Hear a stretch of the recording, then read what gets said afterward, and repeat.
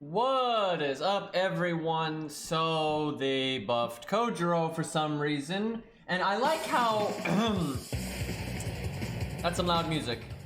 Anyway, I like how if you look at Reddit, Discord, YouTube, the stream chat right now, you know what I'm talking about. Y'all in there in the little chat box, you're doing it. Everyone's like, oh man, Charlotte, Mata Hari, oh the horror. Meanwhile, Sanson is like, does anyone even remember that I exist, right? Like, we got a few scuffed assassins out there. Anyway, so I actually think this buff is really dumb, and it's not because Kojiro was already the best one-star assassin. That's not really the problem, because the best one-star assassin is still a 1-star, so there's almost no limit to the amount that you can buff them, so that's not the problem. The problem is they buffed Kojiro and his second skill, and it still doesn't stop Charm, which is one of the only things that skill actually does lore-wise, and it does still technically remove Charm. It's just you can't cast it when charmed, so they still haven't fixed that. So I'm like, how are it's over. It's over. They're never gonna fix it. But yes, obviously Charlotte needed a buff a lot more. I don't know why. Mata Hari kind of needs a buff, but she really needs an animation update. She's kind of good as is. She's just a support, and nobody seems to want to use her as a support. But that's what she is, and she is good at it. However, you could buff her and make her a better support. You could give her an attack up for the team, Star Bomb for the team, a battery for herself so she gets her NP very easily to give the defense down to the team. Because that's what she does, is lots of defense down. But yeah, Kojiro got buffed. He does more damage. There's Noelle. I was just asking if you were in chat. Because yeah, we want to use your Kojiro because, you can put on the command codes and all that nice and easy. This is my ult, green 2. I might already have you, I'm not sure. Let's find out. Because I think the first thing we're going to do is Lobo. And I technically, the thing you should test Kojiro against is Charlotte. That's the only like-for-like unit out there. Looks like I don't have Noelle added. I have so many people added on this account, though. I really need to trim this down a little bit. Sorry for anyone that gets removed, but you can just send me another invite. Just trying to make it easier to summon the right stuff here.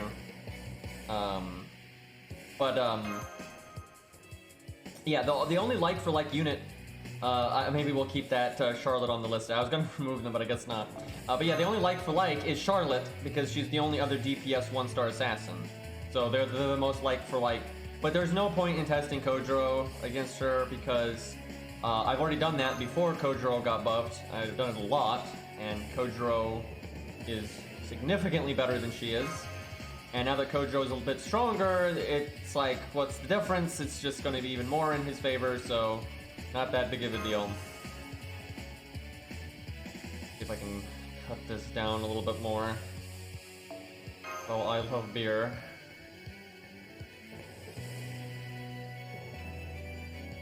Okay, I guess that's good enough for now. I'll do that one. I don't even know who that is, but can't remember everything. No, CC's for Lobo for now. We'll do the dragon in a minute though, for sure. Probably need heals against the dragon or something. So Kojiro still has a lot of the same problems he had before. Ultimately, what they did for Kojiro is now he can remove any debuff, not just mental, which that's nice, but that's niche, but that's nice, certainly good. But then he gives himself a buff that lasts 3 turns, and anytime he attacks with a quick card, he'll give the enemy quick resistance down 10% for 3 turns. And this is on a 4-turn cooldown, so the uptime on this is just nuts. And you can use Atlas and actually double dip. Hell, you could use Atlas and like Edison and Made Alter, and you could cast it twice in the same turn. So that's an interesting idea right there. Anyway, so basically he does more damage. He does more damage, and now he does well against debuffs. But he already did really good damage. So his problem is his survivability, right? He's a 1-star, he dies in 2 seconds, he only has like 11,000 attack when Grail, or 11,000 health when Grail. So he can kind of... Normally what limits his damage isn't his own damage output, but it's his survivability. I don't know if it caps at 100. I assume it does. I've always assumed it works the same as regular defense down, but I have no idea. I've never tested card-specific downs like that. Alright, so... Like I said, the technical thing you should... Oh, I gotta add Noel. Can I get those digits again? The technical thing you should test Kojiro against is Charlotte, but we're not doing that because it's dumb. If there's anyone we should hold him to a standard to, it's 100 Face. Because, I mean, they're both free-to-play assassins you can get easy. And 100 Face pretty much is the assassin. Now, I haven't really done serious testing yet, but I highly doubt Kojiro is on par with 100 Face. I don't see that happening. Because 100 Face is just ridiculous. And again, Kojiro still has, you know, he'll still die very quickly. If, especially if you're not fighting like a rider specifically, so. However, I do think he is really good now, and just having the anti-debuff is nice. Budget-wise, you don't if you're fighting a rider boss and there's a lot of nasty debuffs being thrown out, you don't really have a good option. He's pretty much the first budget assassin that now has a good way of dealing with debuffs, because not only does he clear all debuffs, but it's on a 4-turn cooldown. So, well, defense down caps at 100%. I don't know if card resist down caps at 100%. I always have assumed that it does, but I don't actually know that for sure. I'm just guessing. Never bothered to get in there and see. Alright, these make a degree of sense. Alright, Kojiro has his own sure hit. Alright, we're gonna want Atlas, I feel. Although, I mean, we kind of want default for the heal, because we're gonna explode without it, but we'll see if we can get away with Atlas. Yeah, Izo's a good bit behind 100 Face. Okay, we're gonna keep the team budget, just like we did with 100 Face, Inushi, and all that. We probably will use MASH, though. I wish I had used MASH for 100 Face. 100 Face would have done better if she had MASH instead of George. But I kind of forgot that MASH was a free-to-play unit. Don't ask. Let's see, Kojiro makes sense. God, I wish this account had Alexander with his skill ranks up, because it'd be very useful.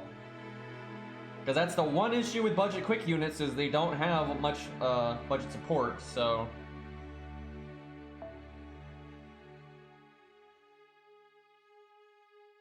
Yep, being a 1-star hurts Kojiro a lot, and this buff doesn't really change that. You know, it's still, it's a bit more crop on the one side than I would like. Let's try it like that. There's not much you can do about it, though. It's like, he's never going to be super tanky. He now does great damage, but he's still going to drop really quick. So I don't think he's some god-tier unit right now. Like, the buff's nice. And he's good budget assassin now, and excellent anti-debuff. But, yeah, I think he's still pretty limited in just the fact that he'll, you know, blow up so quick. But we'll see. I haven't actually sat down and tested him yet. Maybe he's going to do better than I think. Just gonna switch those around, I think. Alright, so no other DPS can be on the team. We're trying to just see what he can do. What do we do here? God, I wish we had a Mozart for quick. Or a Qingong for quick, or, you know, any of that. Like, there just is no support for quick stuff that's budget. There's Matahari. That's universal. Let's see, Mash will probably die to the first NP. So, what do we put in after that? Because, I mean, again, Kojiro can just get deleted so quick. We could go straight into a taunt wall. Then you need another taunt wall for DNP, most likely. Man, we do... I don't know, he may not have the best performance here, and it may not be entirely his fault. It's just, there's not much support. One of the better things I could do is, like, use Ushi with him, but that's a different DPS, so we don't want to do that. Yeah, it's pretty much Alex and Hans. Hans is not a unique to quick, though, and then Alex is 1-1-1 in this account, so he's no good. I'm gonna put Fuma in the very back, like when we're out of taunts. Now, in a practical setting, this isn't as much of an issue because you normally use Kojiro as your second DPS, right? Like, it's very common for more budget setups to have DPS in the front, budget supports, and then DPS in the back. or like 2 DPS and then just support sprinkled in. It kind of depends. But anyway, so a lot of times maybe you summon your friend's assassin for the DPS, or you use your Jack or whatever big assassin you've got, and then you've got Kojiro for cleanup because he's got an invade skill and upgraded in P and all these things. All right, where's Fuma? Oh my god, how is my ult account not? Oh right, it's because I haven't beat Shimosa. Because this account keeps the sitting master fight. I might have to beat Shimosa just for that. I don't like having Fuma scuffed on an account like this one. Wouldn't really matter for this fight, but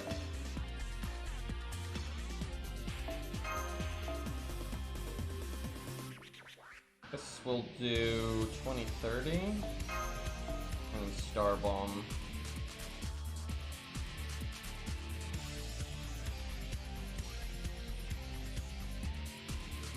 I need to level my Star Bombs just so they're easier to find.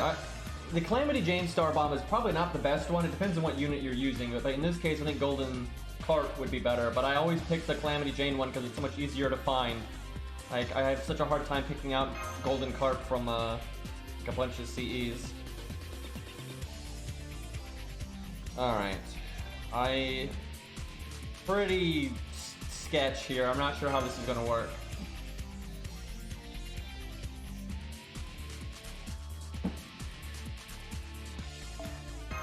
You mean Yan? Yeah, a lot of people think Yan's gonna get it because everyone getting buffed is a dude, and then the collab of it coming up is nothing but waifus, so some people think they're trying to even that out, which maybe they are, but it could be a coincidence. I mean, god. Humans see patterns, but they don't exist all the time. Anyway, but it could be Yan because, never mind him being a dude, it's just Yan, out of the 4-star assassins, needs it the most. He's actually one of the only 4-star assassins that I would say does need a buff, really. So it would make sense if he got it. I DM'd you a way to have full screen folder, apps, and decks. Seems to work in FGO for me. Awesome, I'll check that out later. That'll be nice. I saw a couple days ago, I actually got a secure folder in full screen on accident. And I don't know how I did it, and I couldn't repeat it, so I'm gonna repeat it. But yeah, I've always been able to get like FGO in full screen, I just couldn't get anything in secure folder. Actually, that's not even true. I actually can get things in secure folder into full screen. It's only FGO in secure folder that I can't, which makes no sense. Okay, so Kojiro is whack, and he has such insane uptime on his second skill. I actually kind of think we just use it now. Even the only reason I might not. Oh, hey, BC, thank you for the resub. Yeah, Beastly's really helps me a lot with streaming. Always, help me find apps and shit that make things easier. Okay, the only reason I kind of want to not use his second skill is because the Star Bomb is not particularly good right now. I could use his Star Absorb skill, but that's still not that great right now. Where next turn, we'll have like actual crits. But it'd be nice to get the debuffs going already. But it's not that important, I don't think. Let's do... I guess we're just gonna do that. I doubt we're gonna pick cards much. Music knows. I do think Kurtsugu could use that buff, but not nearly as much as Yan. I think Yan is so much worse off than Kurtsugu is. Kurtsugu is actually a pretty good unit, really. The taunt is awesome. DPS with a targeted taunt is very, very good. Now, he's not the best 4-star assassin by any means, but... Yeah, we're gonna NP next turn. I should have used Han's third skill this turn. I didn't think the deck was gonna be shuffled like this, though. Do I go ahead and go grab a crit? Sure, why not?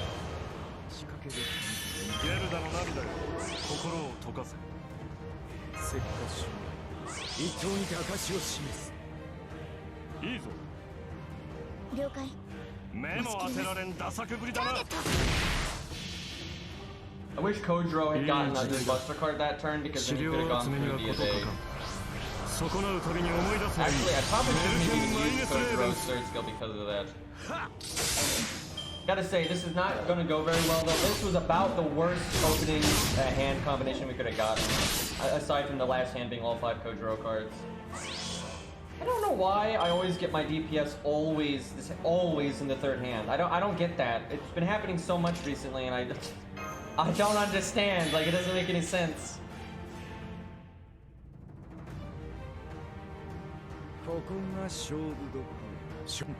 Shame we're gonna do our NP and we don't have any of the quick resist downs yet, but his NP applies it for the other cards at least. But that's a shame. Yeah, I should have waited to cast Hans' skill because I could have had it refund the next thing a lot more. That is excellent damage though, all things considered. You know, being neutral and the 1 star and all that. My reset though, that was just such a stupid hand combo.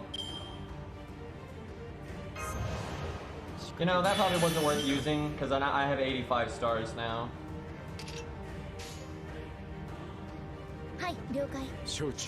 Like, sure, it's nice to apply the debuff twice, but I mean, who cares? it's not worth it.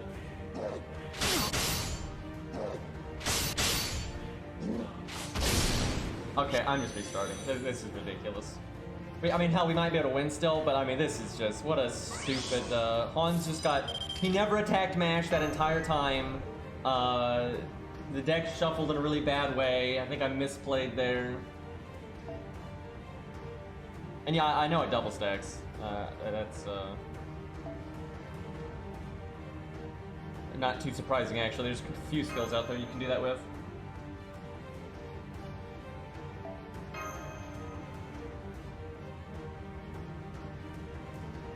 Remember when Hohenheim was in the slot Hans was in, and Hohenheim never died for the entire fight? Remember that?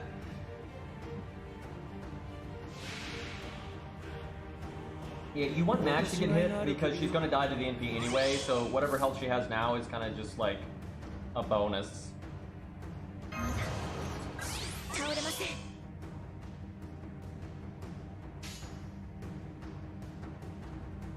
There was a world there where Hans could have gotten his NP without using a second skill, but I figured just do it this way.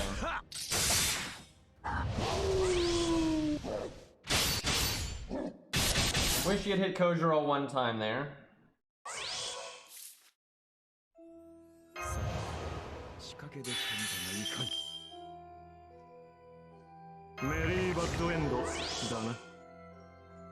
I think I don't use my third skill because this isn't a turn where I can really take advantage of the sure hit.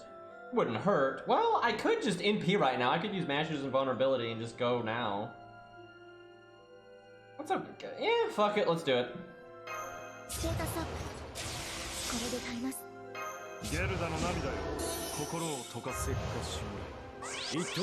I'm not gonna use his crit up though because he's got the invulnerability.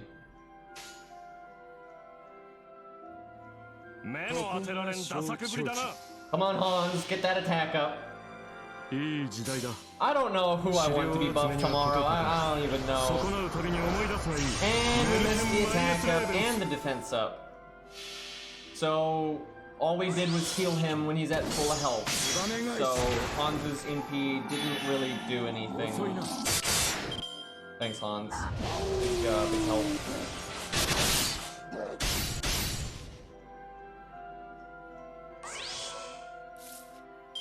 Okay, now that's a turn.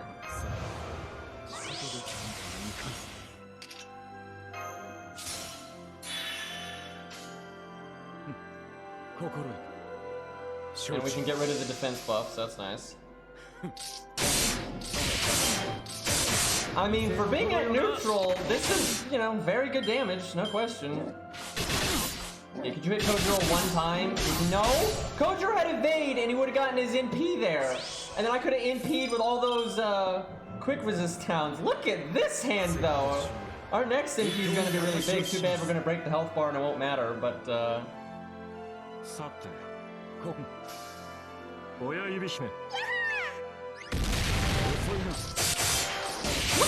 Look at his NP gain on a 2-hit quick, and it didn't even have the art card bonus there.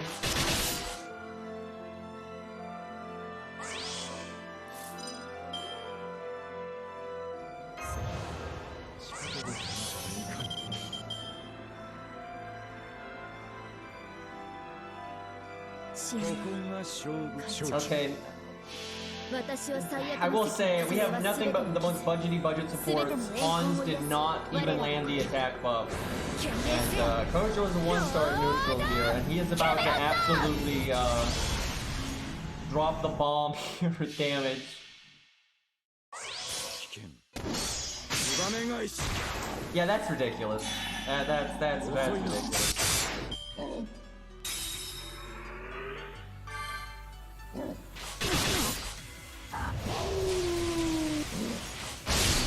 Okay, Mash actually got use of her health bar at the last second there.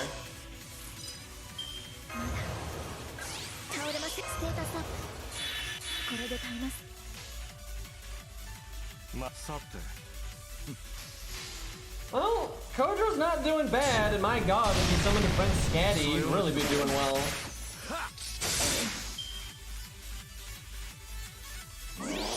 Last health bar is quite the bitch, though.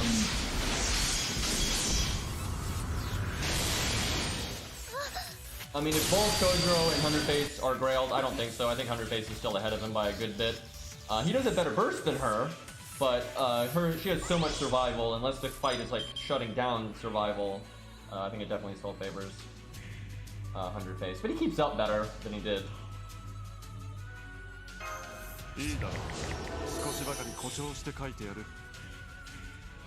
Might look weird. I'm about to use Hans' second skill even though he's at 85. I guess I'll wait because Lobo might hit him.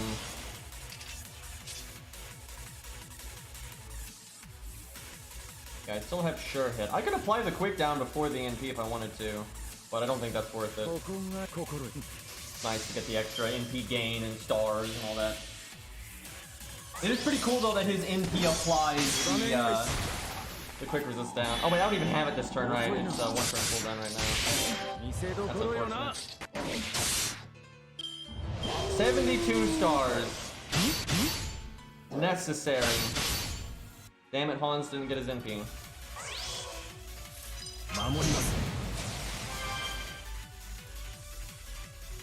I could use Hans' crit buff on himself, but that seems really pointless here.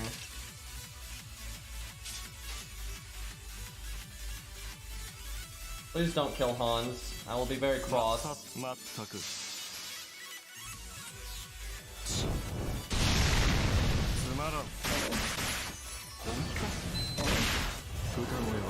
How many stars is Hans gonna make here? Oh man.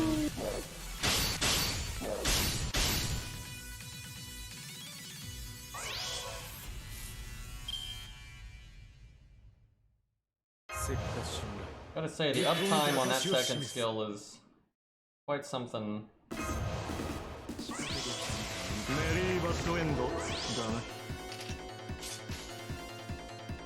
Do not have sure hit.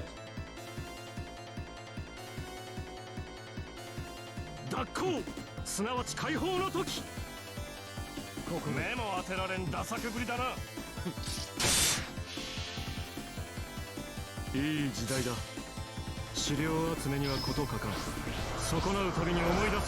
I agree that Orion / Artemis could use both. Makes the most sense to me. However, as you see today, not all buffs make sense, so... Yeah, Arjuna's fine. Arjuna is one of those units people think is bad, but he's absolutely not. He's actually quite strong.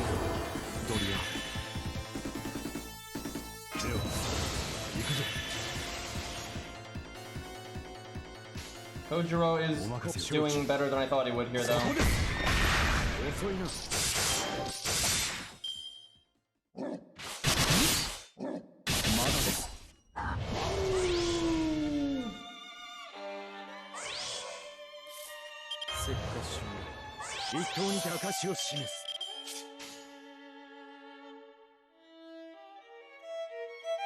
But we have sure hit, I'm gonna do it this way.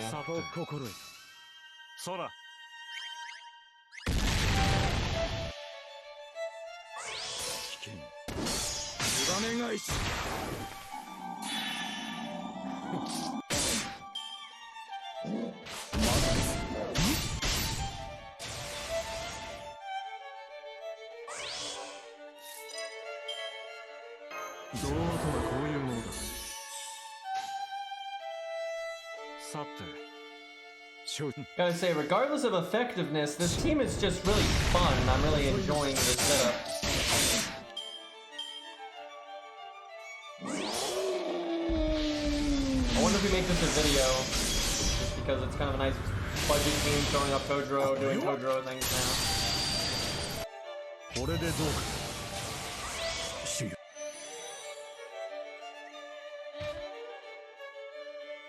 Now, we don't need the defense up damage cut while we've got invulnerability, but I don't want Gong exploding, so, the battery's fine. Dude, the uptime on this skill is just wild, and then you're just getting crits all the time.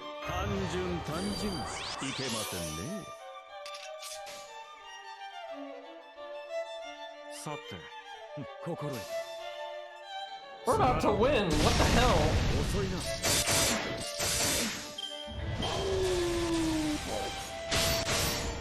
Hopefully we get our Buster card so I can remove the defense up. And we got it. Sadly, we don't have our sure hit. We've had really good uptime on it, but on this one we don't. So I got this nice juicy Buster up from Gong, but it doesn't matter. 100% crit up, Buster, all that nonsense. But it doesn't matter, because I guess I could do like the quick attack, then the Buster attack, then the NP, or the quick attack, the NP, then the Buster. I'd let me get the quick resist down for the NP, but no, I wouldn't remove the defense up. Nah, I gotta just do the normal combo. We definitely win though. I'm gonna put it in slow-mo. I don't think we're gonna win this turn, but just in case we do win this turn, I'm gonna... yeah, I just wanna make sure I have enough time to cancel the app, so... That would have been such a good Buster card if, we didn't have the evade there, or we had our sure hit.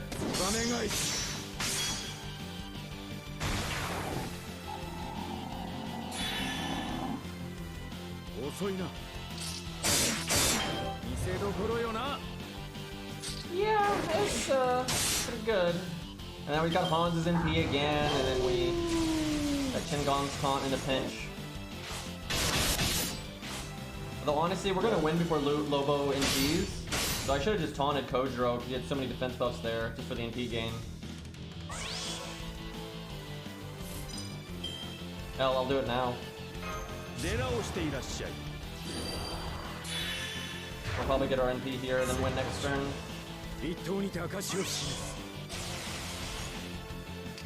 Oh yeah, and we got invulnerability from the Mystic Code. I totally forgot about that.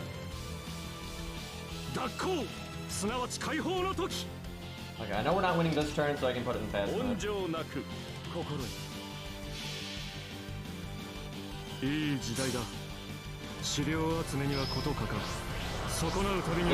his quick card, but it also applies to his NP. So he has 3 quick cards in the NP, so it's 4, so very easy to apply it.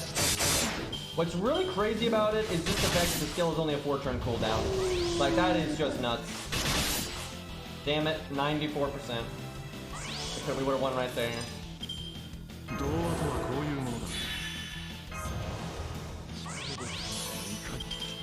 Should have Bustered up there. I should have saved Gong's skill and used it here if it actually mattered.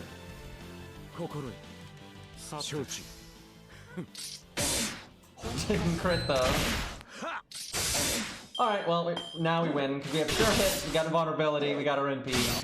It's over. Didn't even use Fuma. And look, the skill's back! And now we get it again, and we get the crit, and that's ridiculous, man. That is ridiculous. Like, the uptime on that skill is just completely nuts.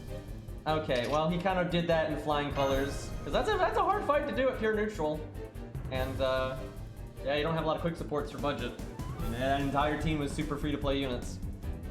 Not half bad. Alright, let's go fight the dragon. So let's switch accounts here.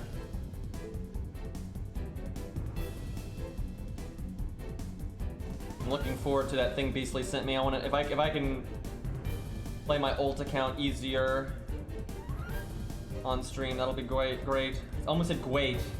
Be a dragon.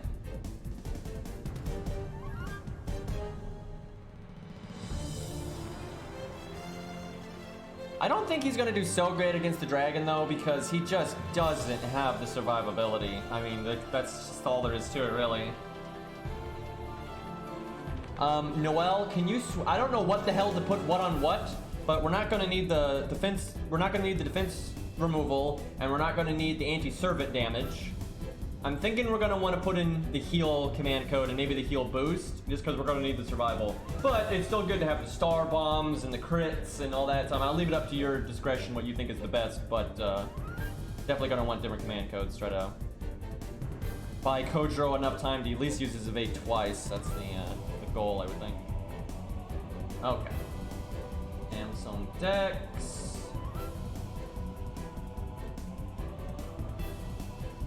There we go.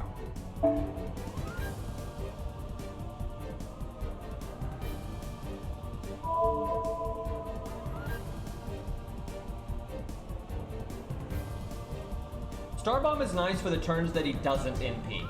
Now, I'm not sure that's worth it, right? We might get more out of the healing and stuff.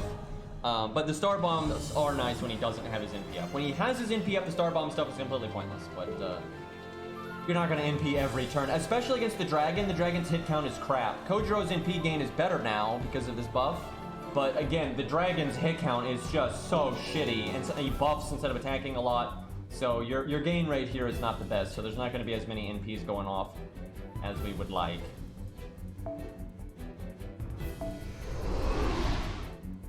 Let's make him better than Phantom, though. Just a little bit.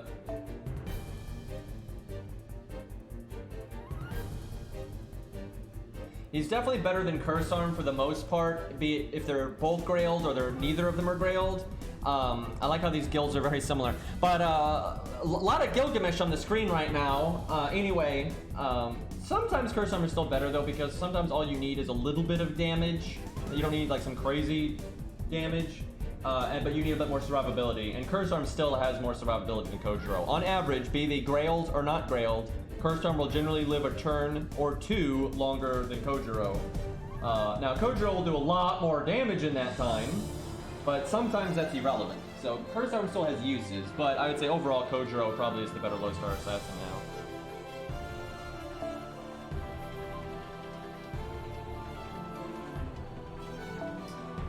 I mean, level 70 Kojiro is going to do well for an ungrailed low star, but, you know, all low stars, with a few exceptions, generally aren't going to be nearly as strong when they're going to be your backup, right? If you've got a 70 Ushi, you know, she's not generally going to be your main DPS, she's going to be your backup, right?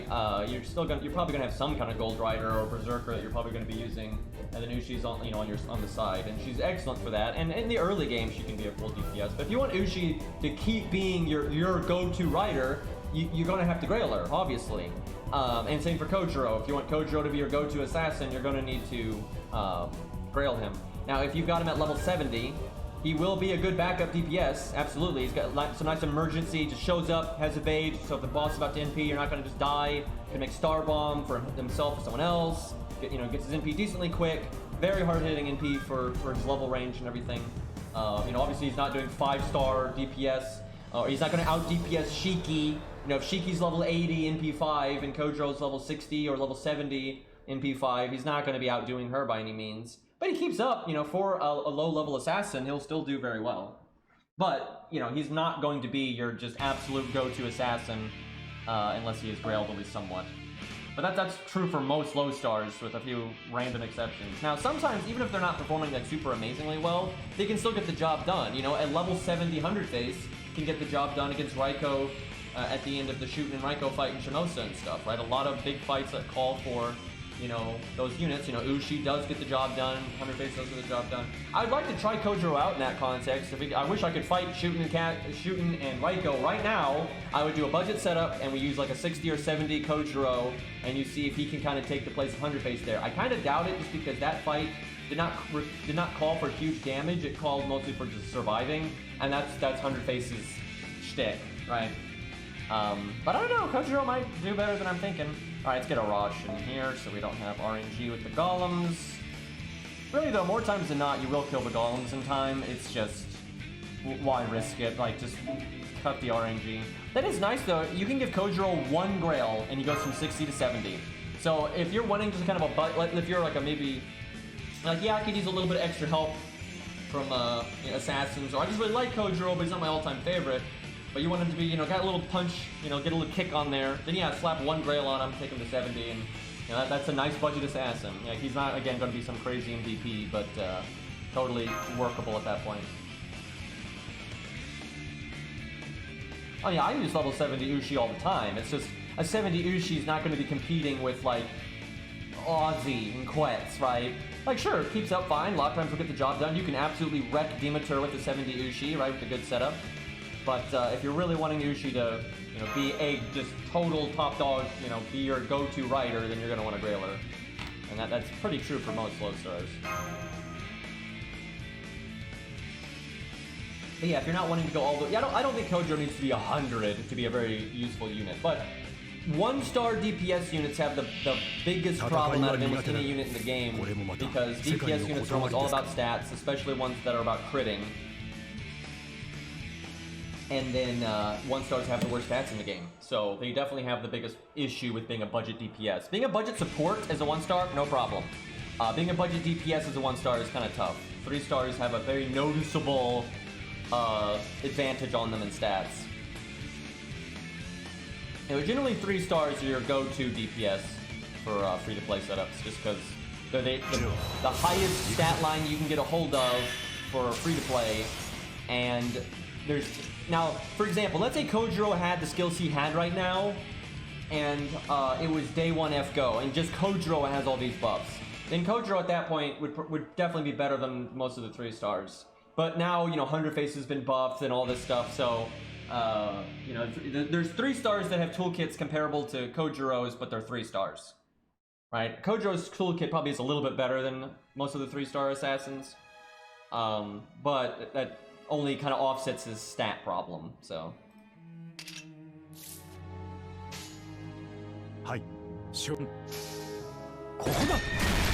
Yeah, Charlotte and Kojiro, and I guess Spartacus are some of the only DPS 1-stars, and I guess Arash too, but Arash is really weird.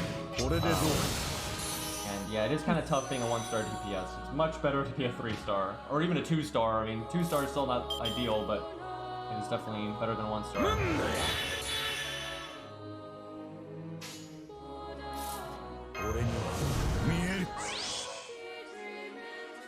Wish we got some NP game for Kojiro, but he'll get it off the United Stein. No big deal.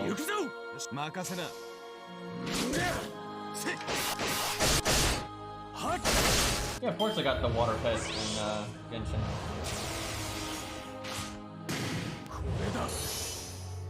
I'm not crazy.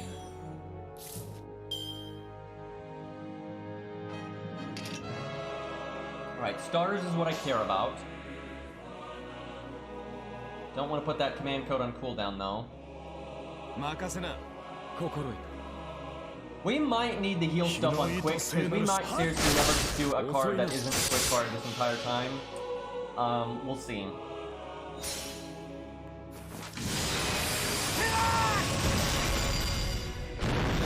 This is largely distinct.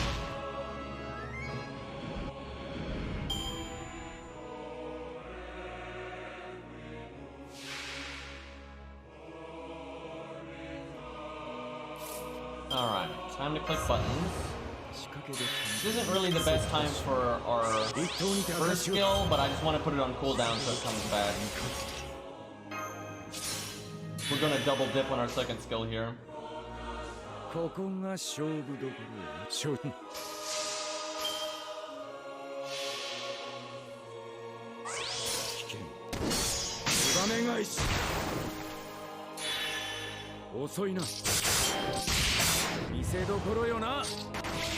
Pretty funny that his quick up lingers and his quick down lingers, so 59 stars by the way. Dragon, if there was ever a turn I needed you to attack, that was the turn. We had evade and we needed the NP game. Alright, let's see what happens if we just do quick here. I almost misplayed really bad there.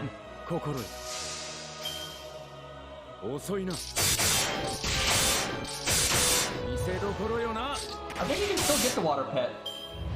That's what you're talking about, MFJ. I kind of missed the beginning of that. I think it's still available. Oh wait, no, I think it went away today. I think today was the last day. Man, that sucks. We didn't NP there. If we didn't NP, I kind of want to reset. We still have we have double quick up and everything. We'll just do it again in a second, because I think pretty reliably we could have NP'd there. Oh, hey, look, it's a turn where we get to do our Buster.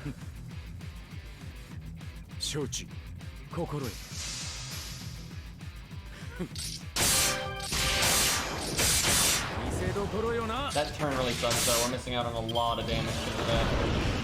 Not only are we missing out on a lot of damage, we're missing out on a lot of NP gain. All this NP gain could have gone to the next NP.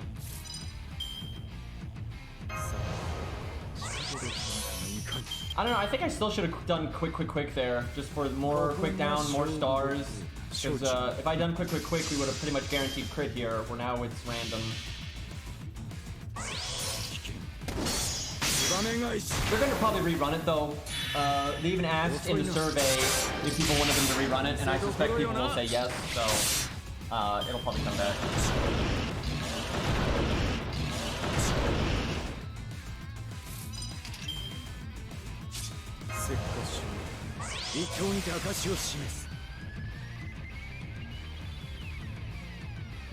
Couple of quick downs on him, yeah, indeed. Just a few. Few more here.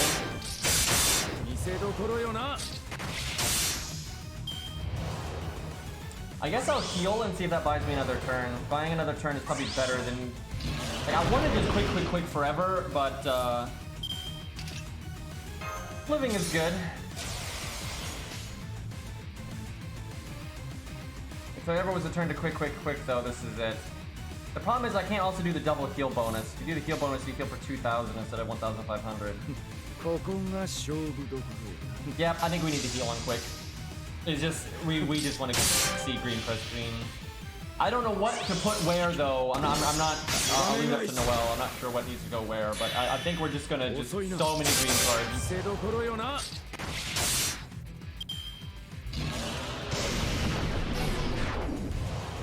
Because if I had double healed those 2 times, I would have 1,000 more health right now.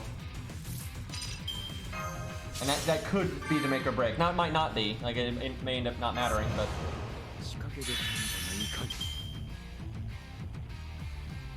Do I do the heal boost on this? Yeah, why not? I'm guessing that's actually what Noel wanted me to do this whole time. I could have been healing for 400 with that over and over. Yeah, no, doing over 100k, not counterclassing. If things had gone better, we could have had the double quick up from our other NP. Okay, because this is the last turn, I think I quick before the NP.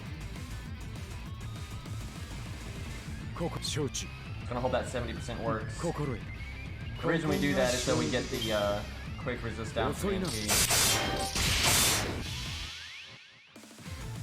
NP gain and all that doesn't matter. I'm pretty sure that should outweigh the damage I would have gotten putting the cards in the other order.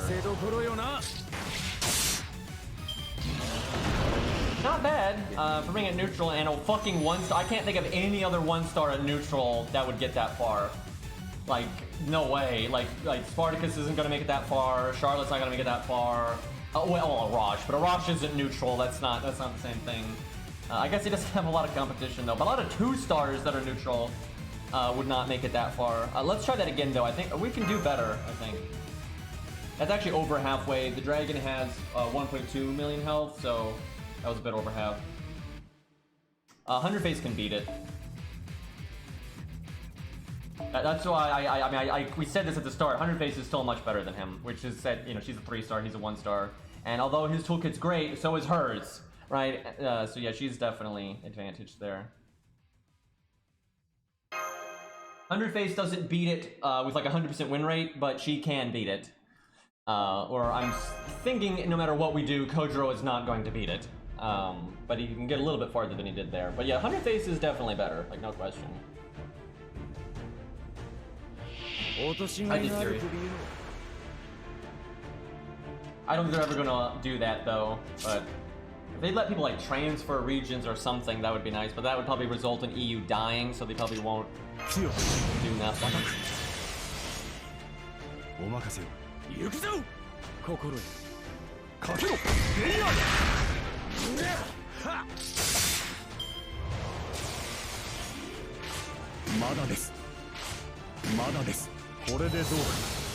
I suspect a lot of the obvious people that are getting scuffed are going to get buffed around the anniversary or an event before that, because, you know, they buff people during events sometimes.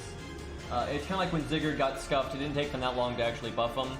I think they know, you know, Charlotte fans are like, God damn, she's not nearly as good as Kojiro, and you buff Kojiro. I think they're probably aware of that, and they probably knew that was going to happen from the get-go. And they probably just decided, hey, this one event coming up, or for the anniversary or whatever, we'll buff Charlotte then. Yeah, I hope Medea gets buffed like Vlad. That would be awesome. I could stop making AoE memes every time people bring up Medea.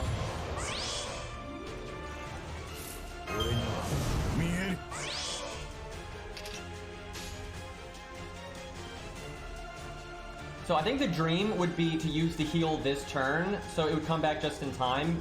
Because now I think it's going to come back in time for me to use it when I have full health. Where if I used it right now, when I would use it when I'd have full health, it wouldn't actually go off because it'd still be on cooldown, and then it would come back right as I needed it. Unfortunately, I don't think that's going to happen, but that would have been awesome if we could have pulled that off.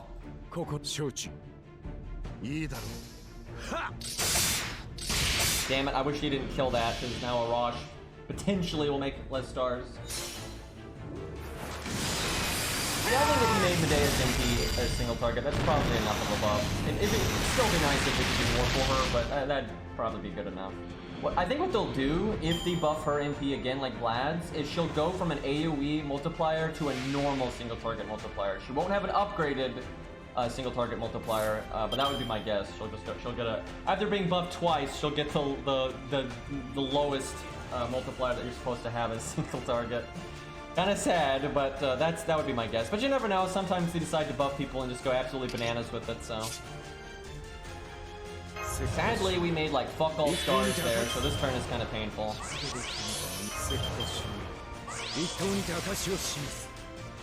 Critting here is actually really nice because it's NP gain. I almost wonder if I use the art card. I don't think so. I think I do. We do that. And we just hope at least one of these crits. This could really fuck us up though, not having as many stars. Critting is a big part of being able to NP before the first quick up goes away.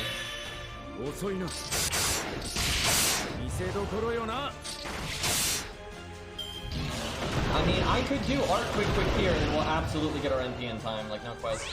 But we won't have as much quick resist down if I do that. It would allow me to not whiff the heal though, so I fuck it. Let's see if it works out. It is nice to get the NP here. Okay, we probably could have just done quick and gotten it anyway, because if he, yeah, okay, then he crit us for crying out loud. We went overcharged by 45%. Well, you don't win them all.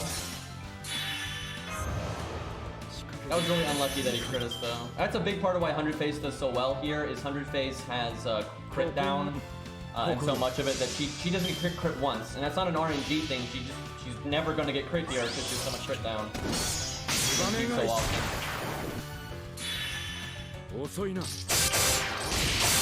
So we're playing better, but we're actually doing worse because he crit us there.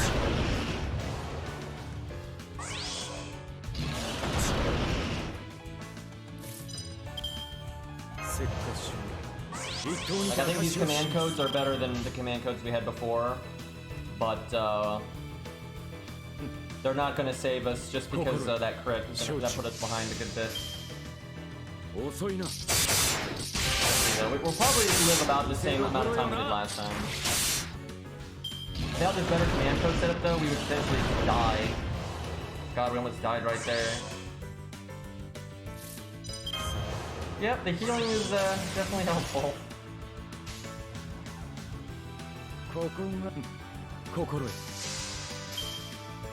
This is a nice MP right here. Can you imagine if we were counterclassing though how much damage we'd be throwing out? Like that'd be 230k. Like 230k, no buff from the Mystic Code. Like Bedivere does like 200k if he got the Mystic Code buff. I mean that's crazy. Although that's a 70 Bedivere though, but still, without the Mystic Code buff, I mean Bedivere is not getting that kind of damage.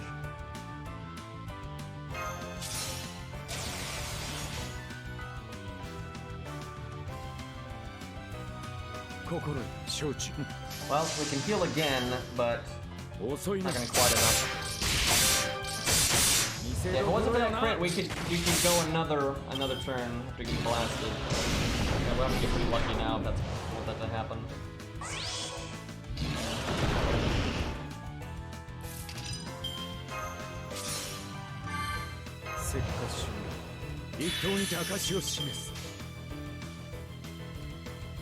We have nothing on Buster. We haven't used Buster this whole time. This is the one turn though that I might use Buster. I wonder if we put another heal command code on Buster, if that's enough to stabilize for one more turn at the end here. I can't heal at all here. Because even with the extra quick resist, we're gonna do more damage with. But well, let's just hope we somehow live. RNG, let's go. Actually, the quick train's probably better because I forgot we get the quick up from the MP as well, and then 3 of a time bonus for the extra attack.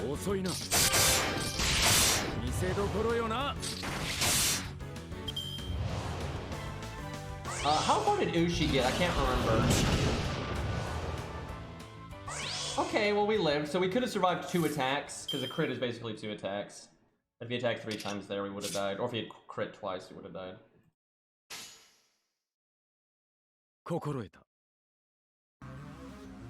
Let's hope that 80% crits because it's got the crit up command code. Damn it. The 80% didn't crit and that one had all the bonuses. Like, I remember Ushi didn't do nearly as well as 100 Face did. But that was kind of it. So he's keeping up with Ushi though, I would say roughly. And you know, Ushi's a 3-star and he's a 1-star, so that's excellent. Because again, not doing as well as 100 Face, but this fight is right up 100 Face's alley where it's not up Kojiro's. So honestly, not half bad.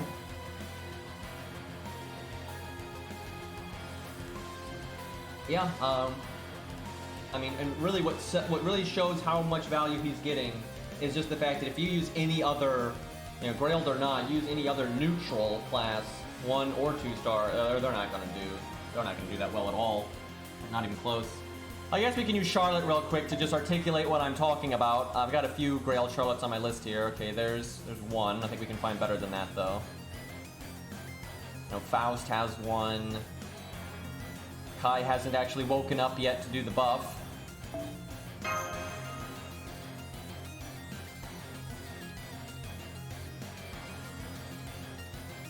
Harvest hasn't either. Just a tisk.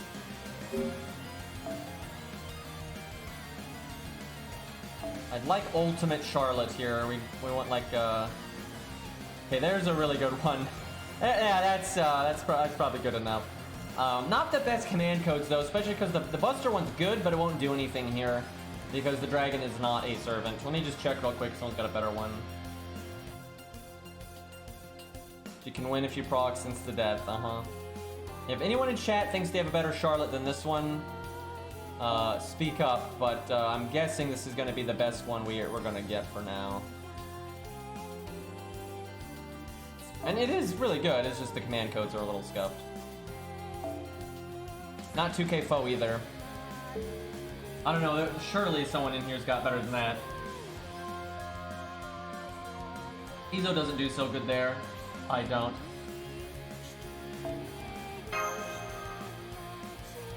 Dude, I know people that have 100 Charlottes to 2k foe, they're just not here right now.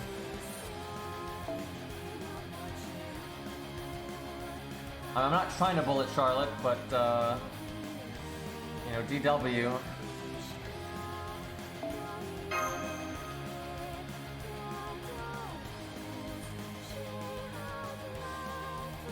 What's Faust? This is 90, so I'm assuming it's not 2k foe, so now the other one's better.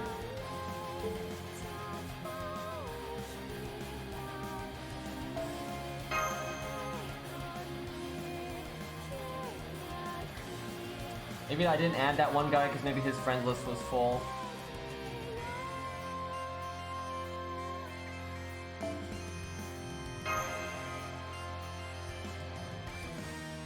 How are there no Charlottes? I cannot tell you how often I play FGO and my friends list is just swimming in Charlottes.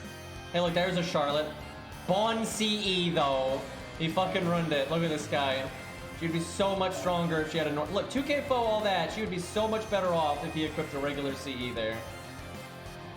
God, that's such a thing, dude.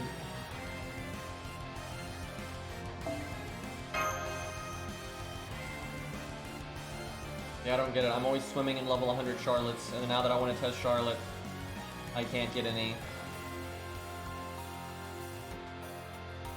I might have to use Faust's, but that's just going to be nasty. It's not a flex. There is nothing, there is no flex about having a Bond CE. Like, that is the worst flex on the planet. Everyone has a bunch. Wow, you got Bond 10 on one of your favorite characters. Big fucking surprise. So did literally everyone else. Like, it's just the dumbest thing ever.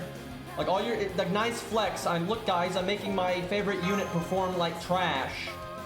Wow, what a flex. It's like a reverse flex, man. So yeah, that one guy that I added, I think even though he sent me an invite, I think his friends list was full, so I couldn't actually add him. Somehow all the other Charlottes that I know have not logged in a long time, apparently.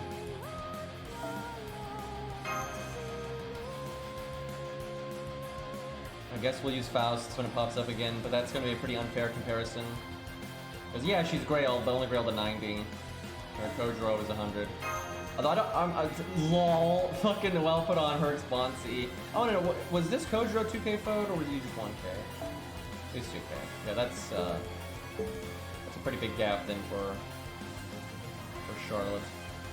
Well, this is the best one we got because there's just no other Charlottes around apparently.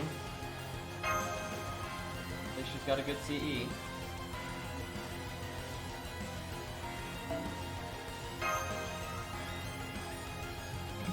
Well with the memes. God Hand Regent. Yeah, that Perk is one of the few people it's okay to put a Bond CE on. And supports, you know, Mozart's fine, Merlin's fine, Waver, you know, Scatty, all those are fine with their Bond CE.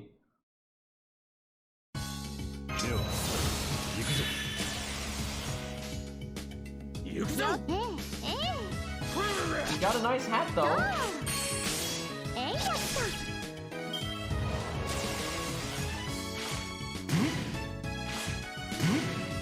And a Kirby final boss is a familiar.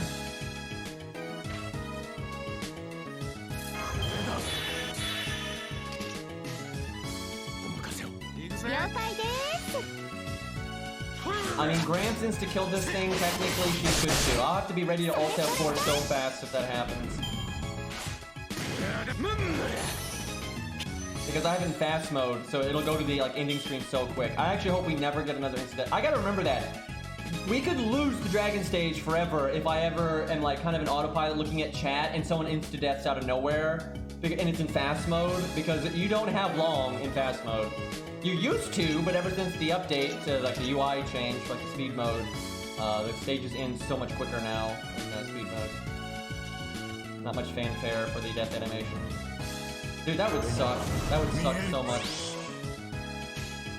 I'm the level Dion, I guess if that happens. That stage isn't half as good as this one though, but at least it's something. I need to unlock that stage anyway though, just so we can, you know, test Lancers and things like that. We have other stages for that though, I suppose. Actually, not really. Lancer's been the one class that we've never really had a good stage for testing. Beyond Interlude is like a million HP assassin, but it's got, first off, it has less health by about like 300,000 or something, and its attack stat is lower too. Although I think its skills are more annoying, I suppose.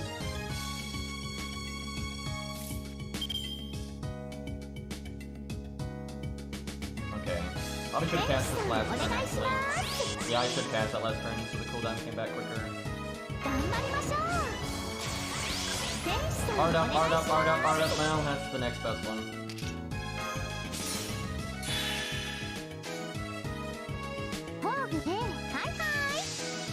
She sounds so positive, but it's all going to be negative. Okay, I'm literally ready to ult F4. Just it's the odds are so low. I mean, they're unbelievably low, but okay,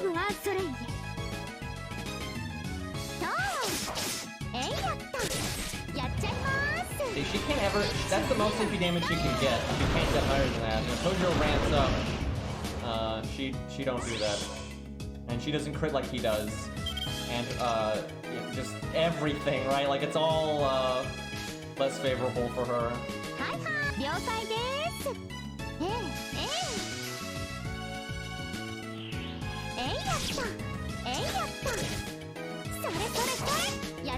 Also doesn't repeat it as easily as she does.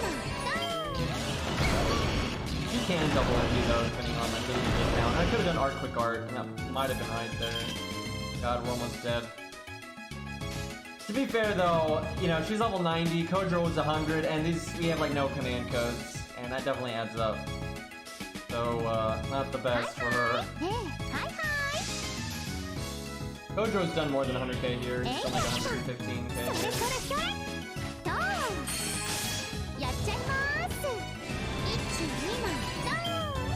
Be dragging out, need to attack one time. I want to buff now. I hope.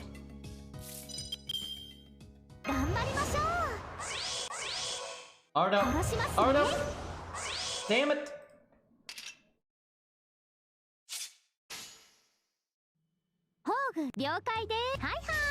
Oh god, you can see what I'm talking about. It's like most slow stars are one stars especially don't do so hot here. Because even if she was railed and all that, she's not gonna get like way farther than this. She would have gotten farther than this, but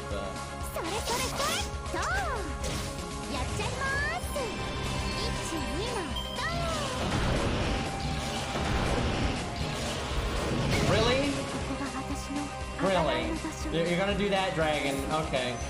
Okay, so if we'd gotten into invulnerability, and if we'd had command codes, we'd been leveled up more, we could have gotten a few more turns in, and we'd have been doing more damage during those few turns. I think she could have gotten to about 900k. Maybe a little bit under, maybe 850. I think on a really good run you might get like 850 or so. But yeah, not even close to Kojiro, not at all, but that's... I wasn't really expecting her to keep up, so I've done this before.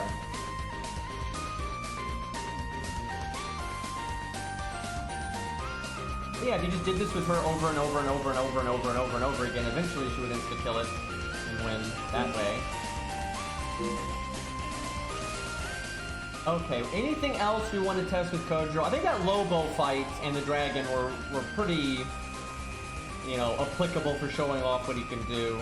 We could do a CCC one real quick or something.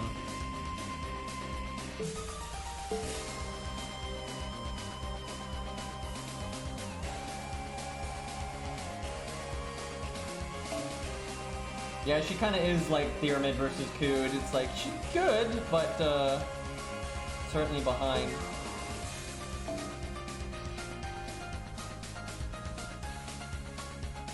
If OG Nero's upgraded enough, probably pushing it a bit, because she is AoE. But if she's really properly upgraded, she can probably do it. Kind of right on the edge, I think. Got Razor on tutorial role, not bad, assuming you like him. But he's a pretty popular character, I would think. Okay, what do we want to fight here? We could do buff stacking if we want to, like, you know, fight a berserker or something. We can, or a rider. We can do solo. Let's do both. We'll do another solo. Let's do a solo at neutral, and then we'll do like buff stacking on a berserker or something. Okay, that's not neutral.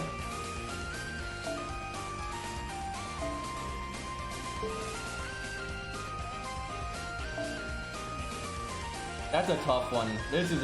We'll do it, because we've used other, you know, Ku can do this at neutral and several other ones. Did we ever do 100 face here? I can't remember if we ever did 100 face here.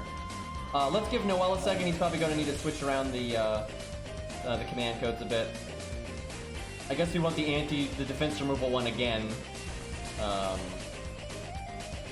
Yeah, well, you know, Black Grail might actually be right against Cleopatra, because Cleopatra's hit count is higher. I have no idea, though, but that could be. The bad thing about that, if there's ever a unit that has a hard time with Black Grail, it's Kojiro, because his health is so low. He's got some of the lowest health in the game, so the dot damage from Black Grail will actually potentially lose him a turn. And anybody can lose a turn, it's just you have enough turns to get enough out of Black Grail to make up for that turn. That might not be the case for Kojiro. He doesn't live a whole... You don't have a lot of time, right?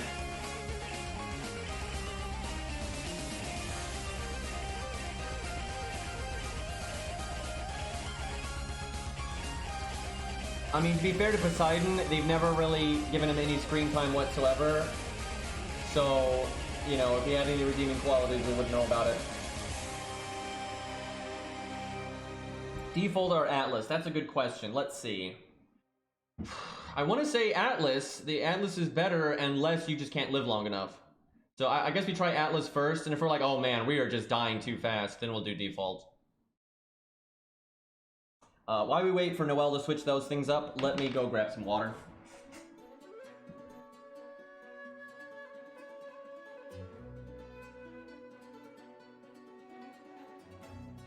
How about Mars, though?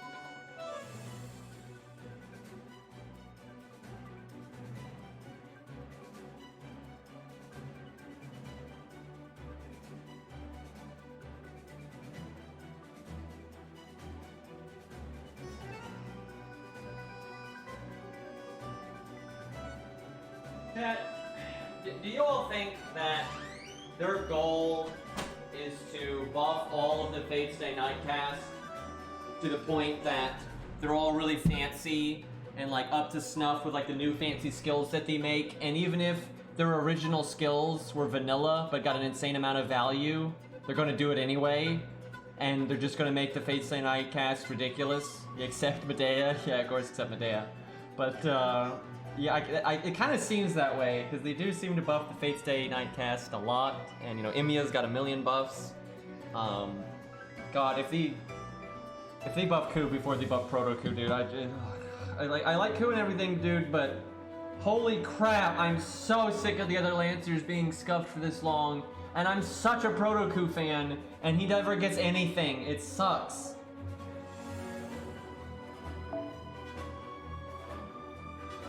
I do think Curse Arm is going to get an NP buff eventually. Well, Noelle wants Black Grail, so yeah, we'll do it. Let's see what happens. I brought a Rosh. Whoops. Thankfully, I can kill a Rosh on turn 2, so it won't make much of a difference. If anything, it hurts us because, yeah, a Rosh will do some damage, but I mean, not that much. He's still neutral AoE and all this nonsense. Although he's got a single target multiplier, he's a 1-star, and we're not gonna have the overcharge effect. He's gonna rob Kojiro of cards, though. So if anything, it's a bad. Okay, no, I'm resetting. We got like no NP gain here, and then we're gonna get no NP gain next turn, and we're using Black Grail. So yeah, no, Arash gotta go.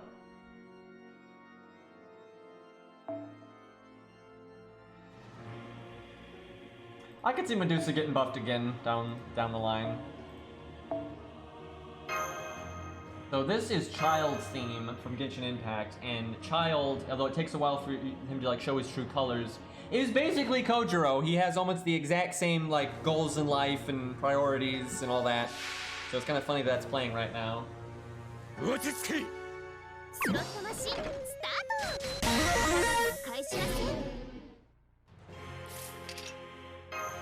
big difference is he really cares about his brother, though. It's like he's not just obsessed with fighting and finding a good rival and all that, but I mean, there's more to Kojiro too, though. What do you mean Child is a toy maker, I know, right? Yeah, if we could get a collab event, get Kojiro in there and have Child and Kojiro fight, that would be awesome. They would get along very well.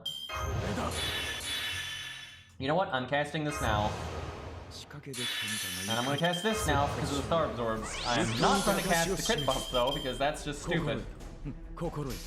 I wish we'd gotten the other quick card. We're wasting the Merlin command code here. And it sucks to waste it here, because that was, if you're gonna waste it, that's the worst turn to waste it on. Now we have the maximum wait time on it.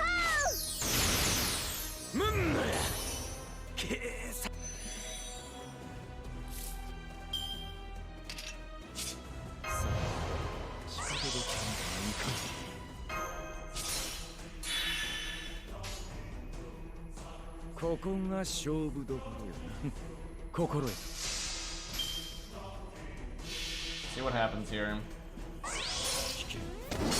Kojiro's animations are quite good. He could use some in-between frames though. Like one of his in-between frames, he kind of goes from one stance to another with like nothing in between them, and it's a bit janky. But other than that, I mean, his animations are totally fine. Okay, although I would like to do quick. We kind of need to do our Buster to get rid of her defense stuff. Oh my god, she landed the attack buff. That actually worries the hell out of me. That's a 40% attack buff, and it lasts a really long time, so... Okay, I'm gonna not use our second skill, even though we could get more defense downs, just because I'm gonna need more stars next turn, because we're not gonna make a lot here.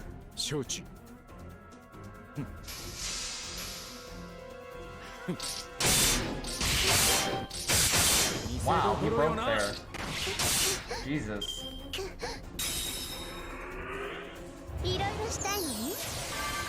Oh, right, she does that.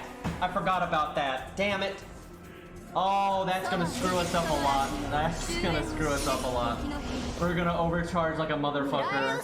I actually wonder if I NP just for the debuff, or for the buff. Oh my god, look at all this overcharge, the horror. Damn it, that is so unfortunate. Yeah, and now Atlas is doing almost nothing right now because the skills, this has been back for 2 turns. So what do I need it for, right? Shit.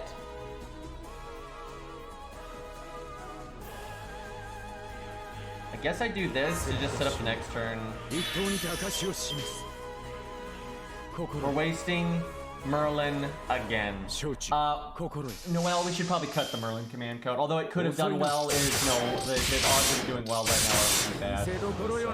The NP gain is not the problem in this fight because we're waiting around a bunch anyway. So. Oh my god. She just one-turned us. To be fair though, that's not just Kojiro being like untanky. She would have one-turned a lot of people right there because she still had the attack buff and she double crit. I think it was a Buster crit too. She's done that to several people that are tankier than Kojiro. That's though, having like buff removal or attack down or crit down or stuff like that really helps in this fight. Because, I mean, Cleo can just, if she lands that attack buff and then she crits, you're gone. Like, it's death. Yeah, I've seen plenty of people get one turn there. I don't know about heal on art. There's no world we're ever going to use the art card. There's just no world we're ever going to use the art card. Maybe even put the attack buff removal on something. Hey, wait, Beastly, you just subbed a second ago. You literally subbed at the start of the stream. Twitch makes no sense, apparently.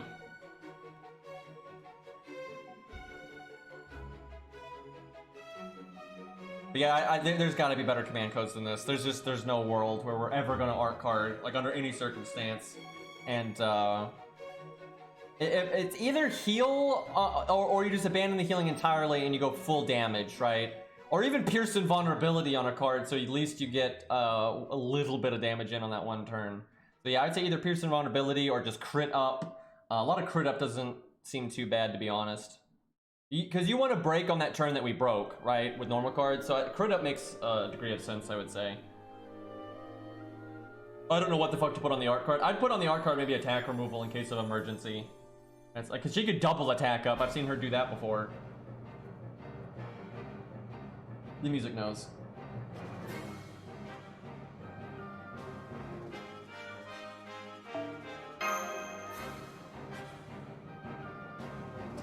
I don't remember what that one does. I want to say that's special damage removal. I don't think works. Am I crazy? Or is that the one that does attack and defense? I remember the... I guess that's the attack and defense one.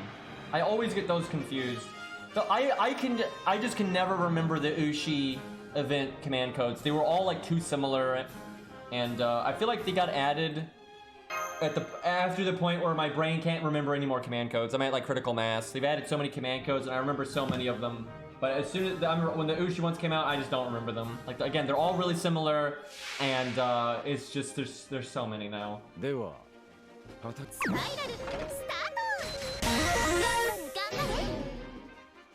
All right, we could remove that defense down with our second skill. Although we don't have really any use for the other buff removal. Let me think. I could. Do we cast it now? It's so pointless though to make the stars now. Like that I don't care for. I mean I could use his third skill. Try to crit right on turn 1 of all times.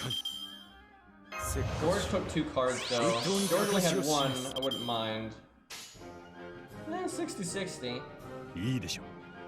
Fuck it. See what happens.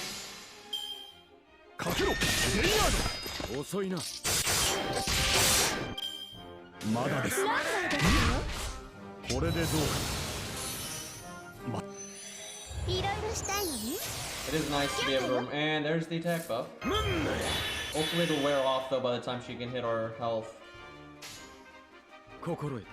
I wish she had landed the defense buff instead because I'm doing the Buster card here.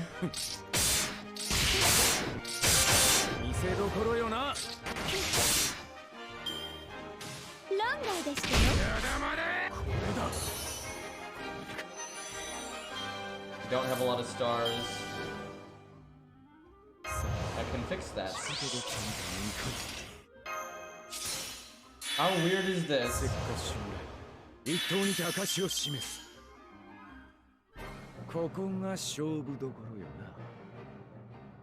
I think I started when Noel was still switching the command codes.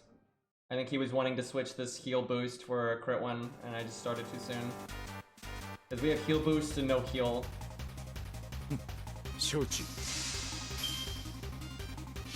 You did? Yep, I fired too quickly.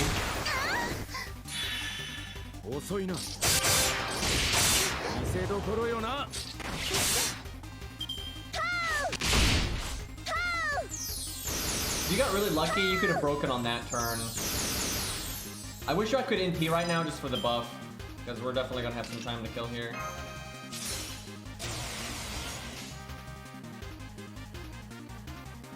I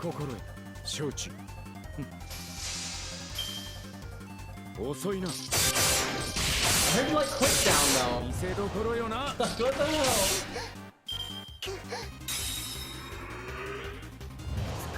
I'm impatient though, Zoxy, that's the problem. Oh my god, we're just overcharging so much. Leo, why do you have to be like this?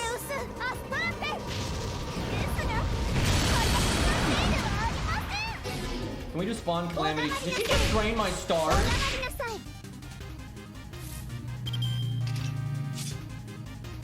Okay, what do I even do now? This turn is pretty shit. Oh, and she removed her debuffs. Fuck. And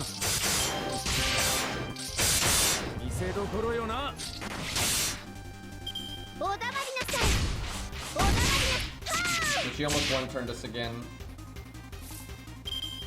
Fuck, we're dead. If only she didn't get that invulnerability, we might be able to one turn off here. Maybe we do need the heal. I don't know, man. I don't fucking know. This is tough, man. Cleo's nasty. You need survival, though. You've got to be able to stall out that nonsense. That's why Ku can do this, because he doesn't give a fuck if he has to skip a turn. Not a lot of things have actually sold this at neutral, though, without the Yang-C. Almost everybody can do it with the Yang-C, but you get way more damage and you ignore the invulnerability. Oh, do we live? Yeah, I'll take it. Don't even feel bad.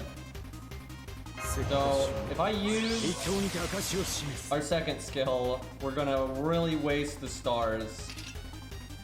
I think we wait, actually. Do we, though? Yeah, I guess. We're not making as many stars here because we're doing Buster.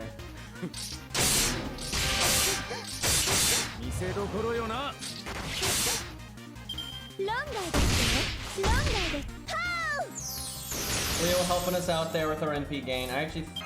Nope, our debuffs were off. God damn it. I think we dead. It's gonna be close. Put in slow-mo in case we somehow kill her. We just don't have enough debuffs up.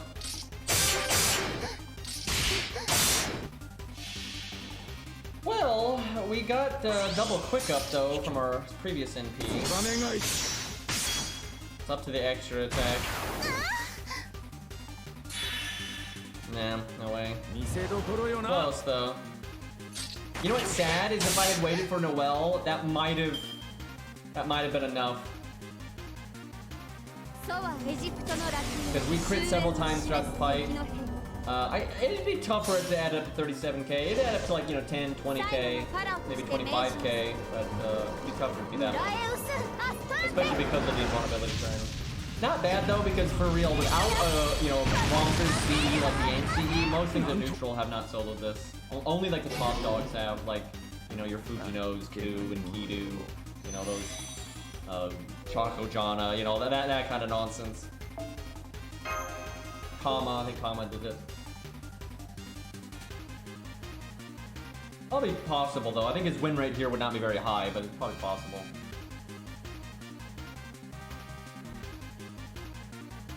Alright.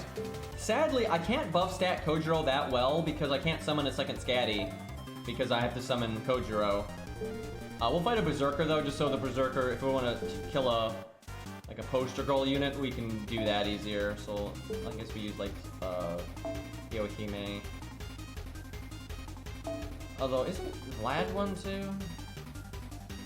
Alright, Kirihime is a Lancer here. Who the fuck is the Berserker? There's Jekyll and Hyde, but that takes too long to do. I have to get him to switch. Although his Jekyll form would kill like Alexander really fast. That's probably Vlad. Good enough.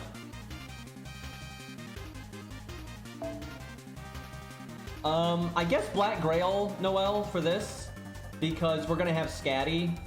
So I feel like NP gain's not gonna be the problem.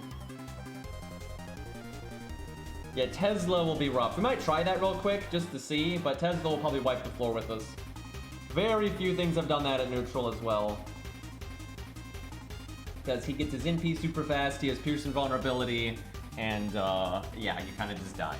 But some people have the right like niches and stuff for it. Yeah, Noelle knows. You could put the 2 command codes that give NP damage up on 2 quick cards in case we happen to get our quick cards on the turn we're going to NP. We could just quick to get the quick resist down and then the 2 NP buffs, right? Because we just want to make the NP hit really hard. That'd be pretty cool. It's unlikely that that'll happen, but I mean, if it happens, might as well grab it.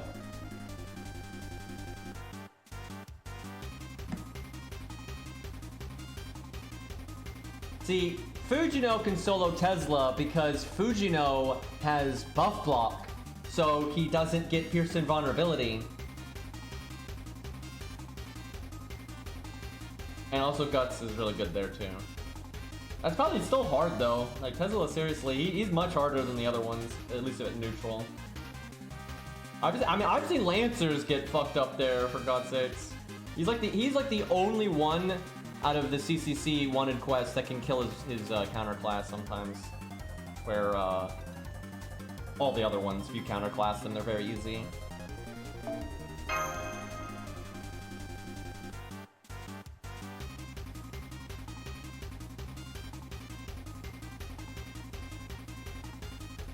Canis is good there because Guts doesn't care about Pierce and Vulnerability, and neither does Damage Cut.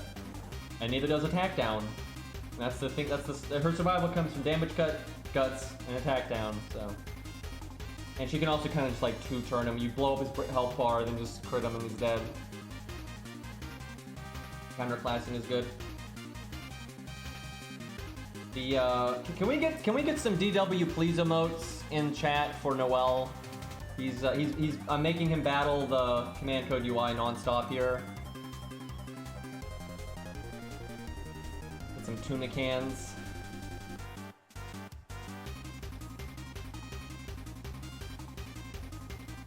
There we go. Yeah, that's pretty much Noel's life right now. I'm guessing some random units had the NP up, and he had to find them. Yeah, he's got one of them. He's got the other one, but can we get that on the quick card? Like switch the Buster one to the quick one there, because we're not trying to do we actually want to do the lowest normal card damage possible because we want to not kill the boss before we NP. And just in case we get lucky and we can do like quick NP, we'll have a glorious turn there. So what are our best? What are our best? I got a list now. What are our best buffers if we don't have double scatty? I'm trying to think. Probably not Waver, I don't think. Because if we don't use Waver's NP, Waver only gives you 30% attack up. That's nothing too fancy.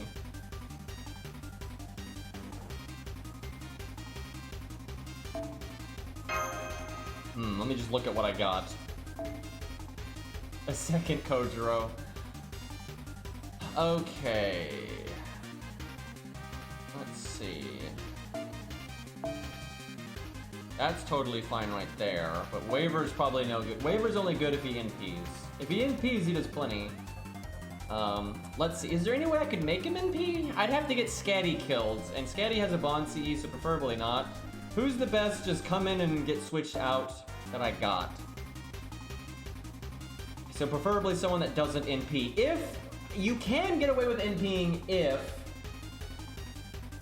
what's his name? If Alexander buffs and dies that turn, because then you have one turn of wiggle room. However, if Alexander buffs, doesn't die, and then he dies next turn, you have no wiggle room, so you don't have time to use someone else's NP. I don't have Wu, but Wu actually would be good. Much as I don't like her, she is a good quick support. So if we got that one turn, we actually can use Waver, and Waver will actually be very good, because if Waver gets his defense down and his attack up, he's huge. Same thing for Matahari. Matahari's a 40% damage. Matahari's better than Waver if neither of them NP. Oh yeah, Scath, right. Scath exists. That's a pretty good one. Yeah, that's probably good enough. That way, Waver's slightly better if we get that extra turn, but I'd rather not have to rely on that. Good call, Beastly. Yeah, she is targeted and she's 50%. Okay. This is pretty good. Sadly, our Alexander is 8-8 for his 2 buff skills. And those, from 8 to 9, that's 1 skill rank, but 9 to 10 is 2 skill ranks. So that's actually a lot of, you know, let me go look. He takes hero proofs though. That's why I never upgrade those skills. But I use Alexander enough that I really want to get him 10-10-10. It's just, it's so many hero proofs.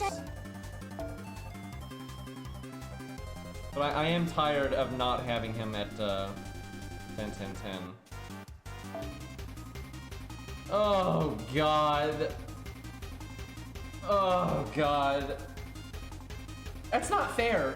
That's not fair. Like between these 2 skills, that's 100 hero proofs. That's bullshit. Like that is bullshit. Can I just have a lottery event again that has hero proofs? You just can't. You cannot win. You cannot win with hero proofs, dude. It is so bullshit. All right, which one? I am gonna upgrade one of these skills though. Which one is gonna add more? I can't believe I'm doing this. That is and what?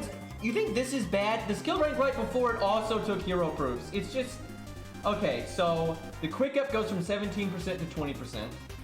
The attack up goes from 13.6 to 16. So it's the quick up by a little bit. Now the attack up is more universal because it works for other cards, but we'll do the quick up because we mostly use him for quick support anyway. But see, this is going to be a 3% damage increase. But if you do the two together, it's almost a 6%. It's like 5.5 roughly. I think it's 5.4 or something like that. But you know, that adds up. You know, it's no joke. But the big thing is it's the cooldown reduction. You know what? I will do this if it ever matters. But 3% damage does not seem like enough right now for me to want to throw out. And the cooldown thing won't matter because this isn't we're not doing a long fight where like the cooldowns could matter. So I'm not going to throw these hero proofs out there yet. And I'm going to hope that they just give us more hero proofs soon. But Alex is pretty much top priority right now for my hero proofs. So that's probably going to happen. But I feel like it's just not... it's just not worth it right now. Especially if I only do one. If I did both, then yeah, we're starting to get somewhere. But... okay, is there anything I can give her that would help? I could give her Star Bomb, but I don't want to crit because we might accidentally crit with Kojiro's quick cards and kill the boss because we're going to have Scatty's crit up and all that nonsense. So we don't want to crit. Critting is bad. Sadly, there's no Ox King equivalent for quick. The closest is on death. Give quick up. Which you could give to Alex and hope you get lucky that Alex just happens to die first. That would be awesome. I can't even remember how much of a quick up is it. Let me see if I can find it. It's in Ushi. There it is. It's 15%. That's nice. Oh wait, or is it 30? Is it 30? I can't, let me look. I gotta know. That's fucking bananas if it's 30% though.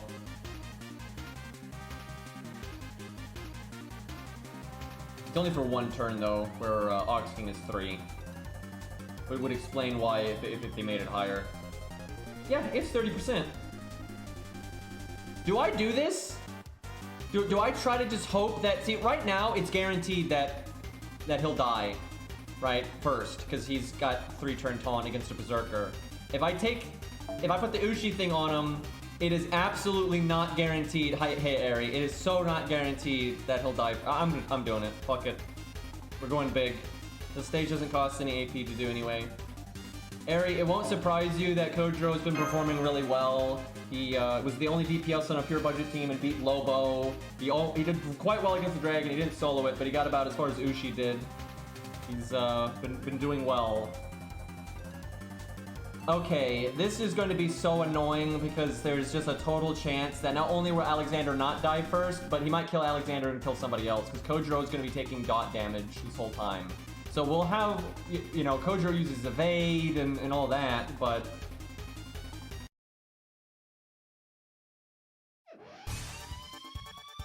yep, Charlotte needs it so much more. Charlotte doesn't just... God, she doesn't go anywhere. I don't think there's anything I can give... I don't want to crit. I have to stress that. Critting is bad. That doesn't seem like there's anything I can give her that will help. Unless I'm just forgetting something. She's kind of just a whatever unit here. Alright, I guess I give her nothing, and I think we're going with this.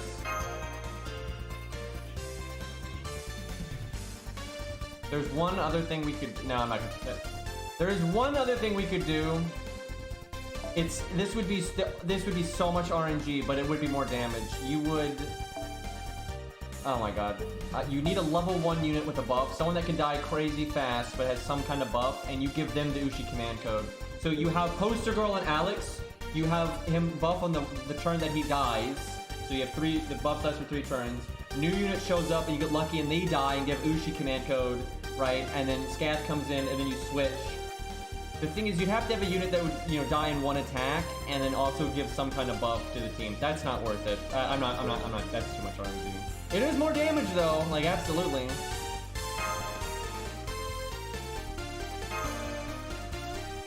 I'm hoping Charlotte, I think they know Charlotte's getting scuffed right now, and it's just like, they knew that these scuffed Ziggurat. They knew in advance that they were doing that, and they buffed Ziggurat very shortly after. I'm hoping Charlotte is going to get buffed for either the Waltz event or some other event that she's going to be involved in the next, you know, month or two, or for the anniversary, because the anniversary is only a few months away. So, I think they're planning on buffing Charlotte, because there's no one's that tone deaf, right? So, hopefully it's coming up. Do I think he can one-turn Alex? I'm gonna say no. Oh yeah, we don't have taunt. So we're gonna be here for a minute. Do I use our second skill right now though to start getting the debuff? I don't think so. It's a shame that our quick cards are here actually. It's not what I wanted to see. Large down actually is kind of annoying because it's gonna hurt our NP game. But that shouldn't be an issue. Although we don't have waiver, so actually maybe it will be an issue, we'll see. Bad start. The good thing, the smart thing to do here would be to save scum every turn. Because we have a lot of skills that don't matter. I'm actually gonna do this, because although it wastes time, I don't want him having a defense buff.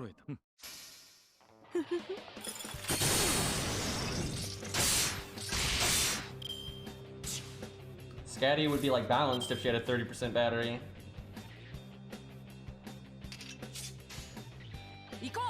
This is not looking good for Alex dying first.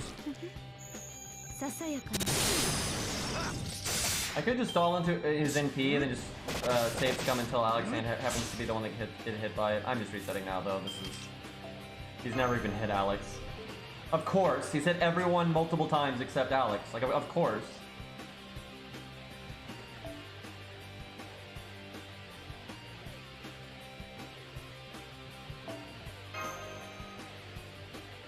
Oh, you mean regular Scat. Yeah, Scat's 20.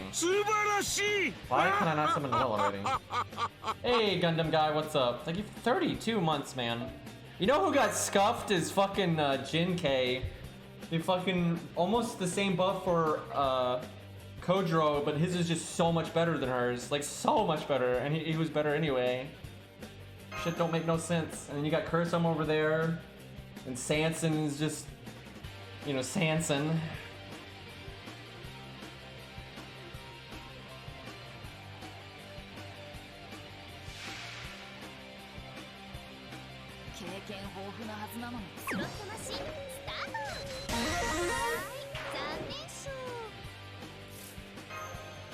Even if that was quick down, Kojiro can remove it now, so wouldn't really matter.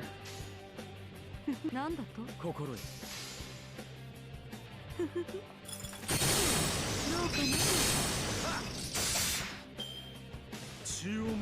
on, dude.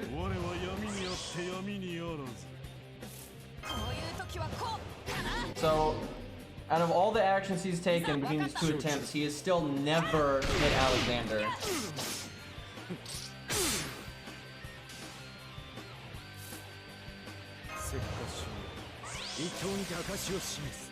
This is a bold assumption right there.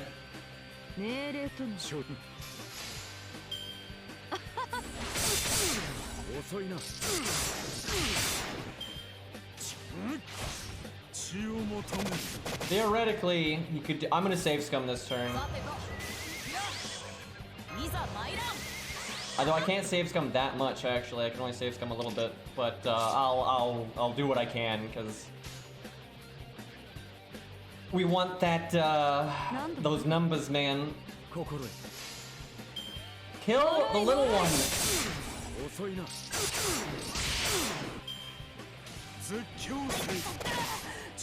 Nope. If he had done a buster attack, he would have killed him there. It would really help if Vlad had 3 actions per turn.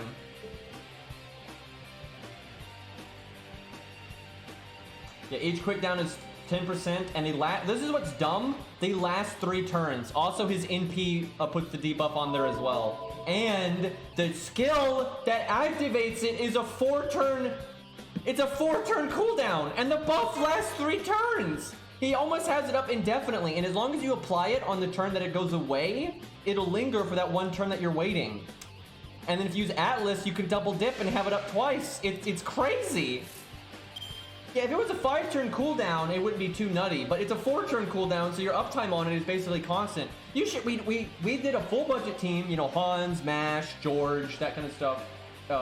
With Kojo being DPS against Avenger Lobo, and our uptime was just nuts. He basically always had a variety of quick downs on him for the entire fight. It's just because of that one time you don't have it, then you NP, and the NP applies it, and it's 3 turns too, and get the quick up for 3 turns, and yeah, it's silly. So we have like 3 attempts here. So we can use his 3rd skill. Come on, Vlad. No. Oh, there you go. Thanks. What a champ. Alright, boys. Come on, give us the quick cards. Give us the quick cards here. Damn it. Well, he could do the Buster. Maybe the Buster will give us a quick up.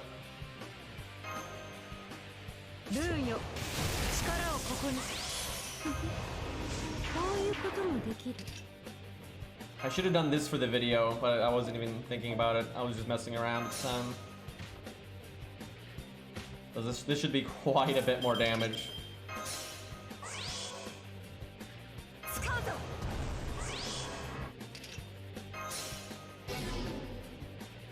I could do his there's no reason to do this, but we just do it to fancy crits in here. No quick crit though. Dude, if we had gotten our quick cards here, should we put the NP damage up on our quick card? So we'd get 2 more quick resist down, so that's 20%.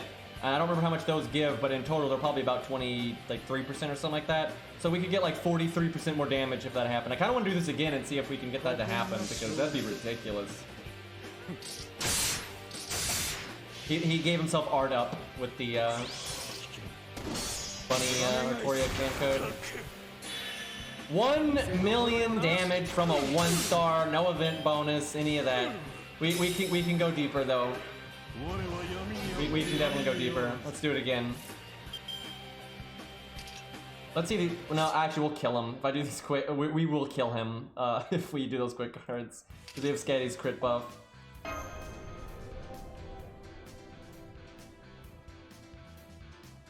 Why are we loading? Game, please. Also, you have the high-low roll system. When you're doing like 1 million damage, the low-high roll system ends up being like, you know, over 100k, which is kind of nuts, because you have NPs that don't even do 100k.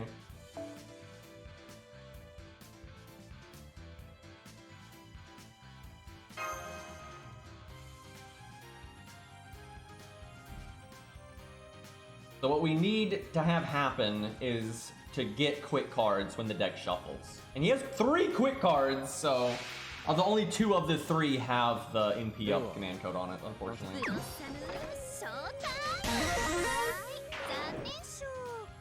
Do we just save scum at the start? I guess not, just because it would take too long, and also you kind of need a second to get your NP gain and all that.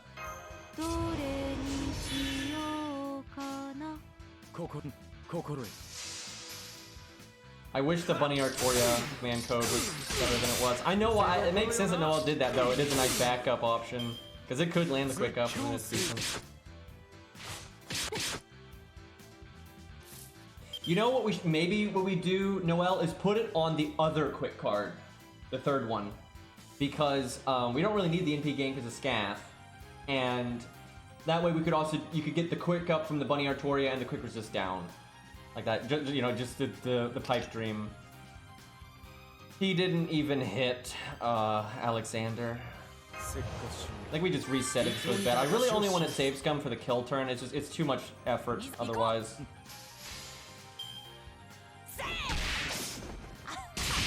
Wait, was he changing the command codes? I didn't even know.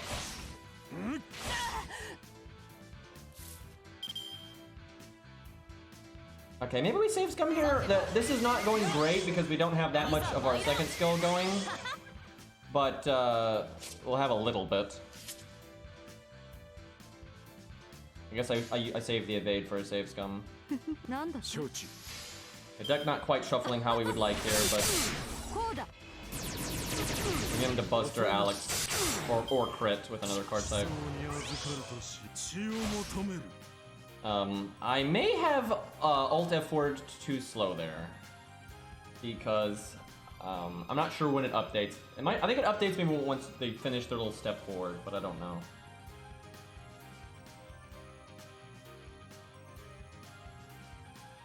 Yes, you can cast that skill twice on the same turn. You actually don't need those units specifically because there's other units that have cooldown reduction, so there's a variety of ways to cast it twice in one turn.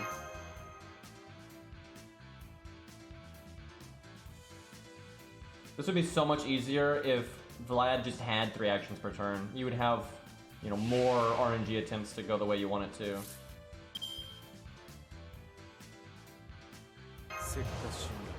We also need him not to cast defense up, because that just kind of messes things up. I could give defense removal to my Scatty in case you know, we don't get the quick cards we want on Kojiro anyway. This is a good song. SD Gundam.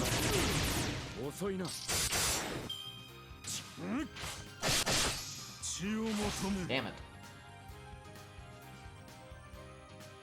I mean, it's probably only worth safe scumming if you get Alexander a little bit lower than this.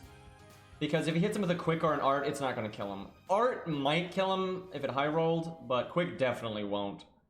So trying to, you know, it's RNG if he hits Alex anyway, and then it's RNG if it's Buster. So it's probably only worth safe scumming like this if it's really likely to kill him. Because, you know, resetting's not that big of a deal. It's only 5 AP.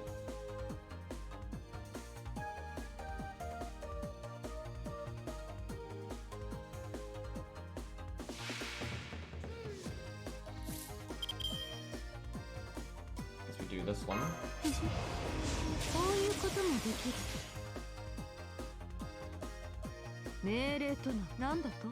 Okay, I'm not gonna save scum on this one. I'm gonna reset if it fails, just because it's not worth it if he's got that much health left.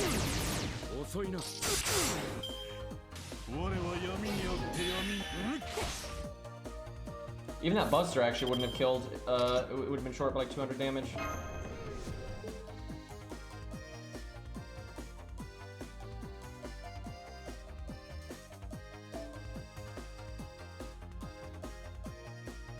There we go. That's some good command codes. This is Chow music. I'm surprised someone knows that.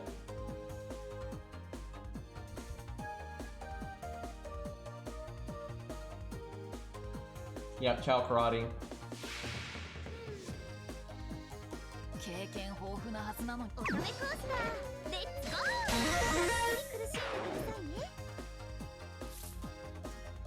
Now, that is such a good opening hand. I wonder if we just... Now, there's no, you can't save scum to get Alex to take 10,000 damage. Although I could save scum until he gets hit, so then he could die on the next round. That doesn't seem too outrageous. Although we might be pushing it on NP gain if I go that way. Man, if only we could get that on the NP turn. We'll get double NP up.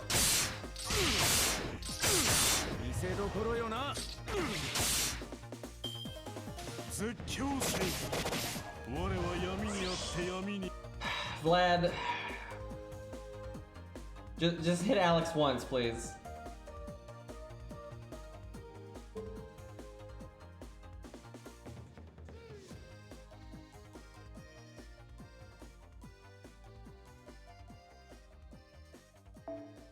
I don't know if Kojo's top 3 free-to-play assassins. Let's see. Number 1 is 100 Face. It's not even close still.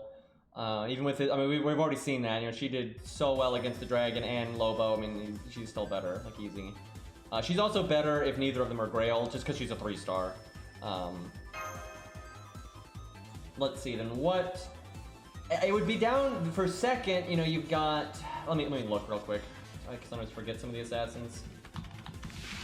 Because there is Izo. Izo's no 100 Face, but he is good. Okay, we got... Okay, it's not Gen-K. It's not Jekyll and Hyde. Oh my god. Okay, you got Fuma. Fuma's better overall. They're not really applicable to each other, though, because Fuma's utility support-based. But overall, you'll find more uses for Fuma than you will Kojiro. It's just... I mean, Fuma's so good. The 100 Face is better. Fuma's better. Izo might be better. They're pretty close to each other. So he's around third. But, I mean, easily 100 face is better than him. But yeah, he's actually looking pretty good there. Like, if you're doing a free-to-play account and you want more than 100 face, it's definitely good to level Gojiro. Now, if you put Shiki in the running, because Shiki's a welfare, Shiki's better too. I think Shiki's still better than Kojiro. Especially for most team settings, because she's so much easier to set up because of her battery and everything. Now, there are some circumstances that's not going to be true. It's not like she's better all the time, but she's, overall, I would say, definitely better. Shiki's pretty nuts these days.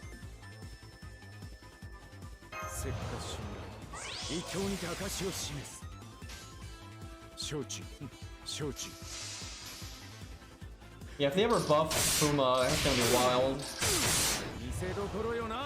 He's already been buffed twice, so... There we go.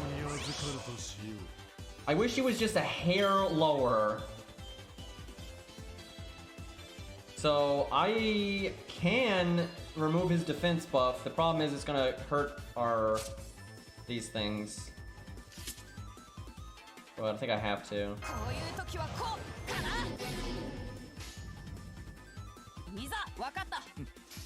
Wait. No, I didn't. Noelle is smarter than me. I'm pretty sure that command code removes defense buffs. Fuck. Damn it. I'm never gonna hear the end of this one from Zaw. never living that one down. Well, let's. I guess we'll just reset if he doesn't kill. Damn. I think it was a quick attack. My favorite character in Fate is either Ku or Gilgamesh. But there's quite a few other ones really in the running. I really like... I like Achilles, Mordred, VC Braun. VC Braun's really high on my list. Kojiro, Sanson, Billy, Canis, Wadim. Sisigo. Sisigo's awesome. He's probably my favorite master. Kodomine, another good master. Kozuki. Generally though, the masters I don't like quite as much. Oh yeah, Beowulf's up there. He's not quite up there though with like a VC Braun and Achilles and that kind of thing. But but he is up there. I do really like Beowulf, and same for Hyde. Hyde is really up there too. Okay, well this opening hand is kind of a giant nothing burger.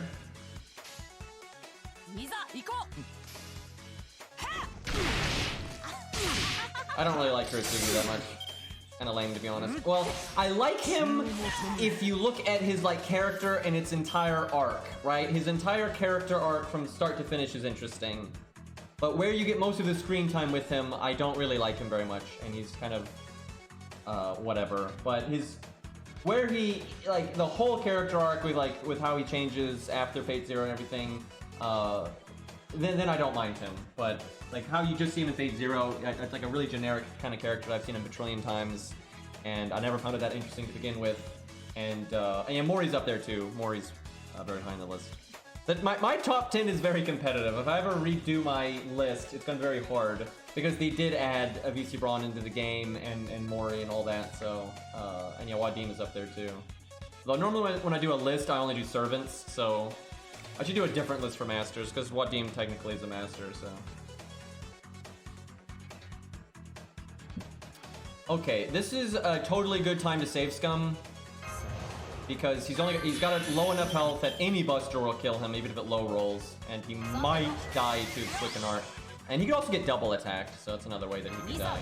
And we can apply our debuffs here, so yeah, we're gonna save Scum. This could be the one we might have a... Oh shit though, our NP gain. What's better, Art Quick or I think Art Quick is better because it's just the extra attack, which is good, but I think the Art Up would be more, especially if we land the Quick Up.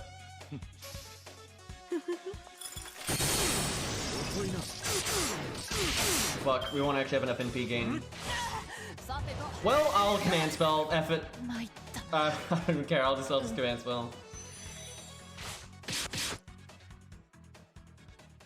Yeah, we're like We're so close, but the roundup is at 99 and we're at 97, so at least it's not 98.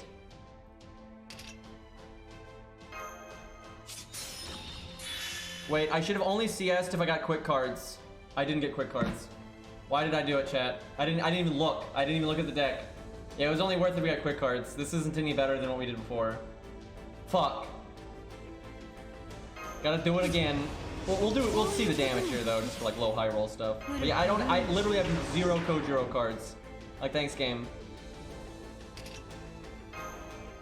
You know what I could have done is I could have stunned. I had one. No wait, no we can't because of the one turn on Death CE, so I could not have stunned. I didn't really throw because we couldn't have done it on this one because we didn't get quick cards, so we're just not doing it here. But I wasted the CS. But I mean, what I got no other use for my CS.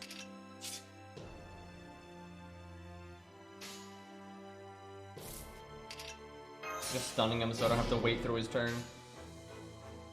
Did I forget a buff? I feel like I forgot a buff. I guess not. But yeah, we only have 2 quick resist downs. that ain't much.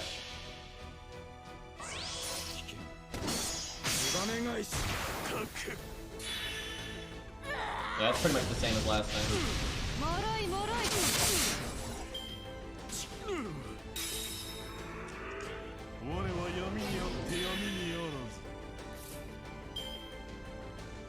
We do so much damage right now because we can do our crit up. Yeah, this guy crit up. He's still got 3 quick ups and all that.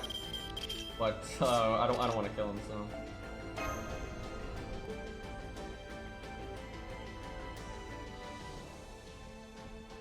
Man, if only the deck had shuffled in our favor there.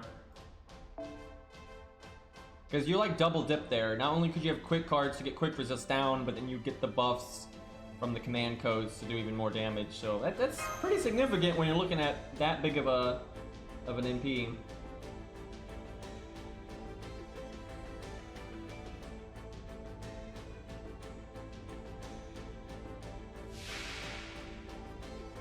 I'm trying to think if there's any other like fate characters that are really high on my list. Not just like, you know, high on my list, but really high. I think I got all of them. There's a lot of things I could give like an honorary mention to though. There's a lot of good fate characters out there. Yeah, no, not Rin. F that. That's pretty low on the list, I'm not gonna lie. There's really no point in comparing him to Jinkei because he's comparable to Uchi. So, I mean, that's just so out of Jinkei's reach, there's just not much point. Like, what I'm gonna do, use Jinkei versus Lobo? I mean, I guess we could. I don't think that'll work, though. That might not be fun to try.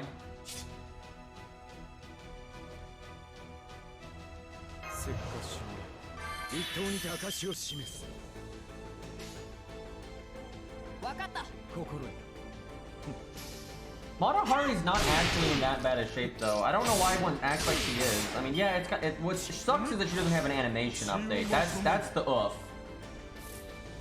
Because she is already a better low star than most. The whole problem with Matahari is everyone thinks she's for Stargin and Charm.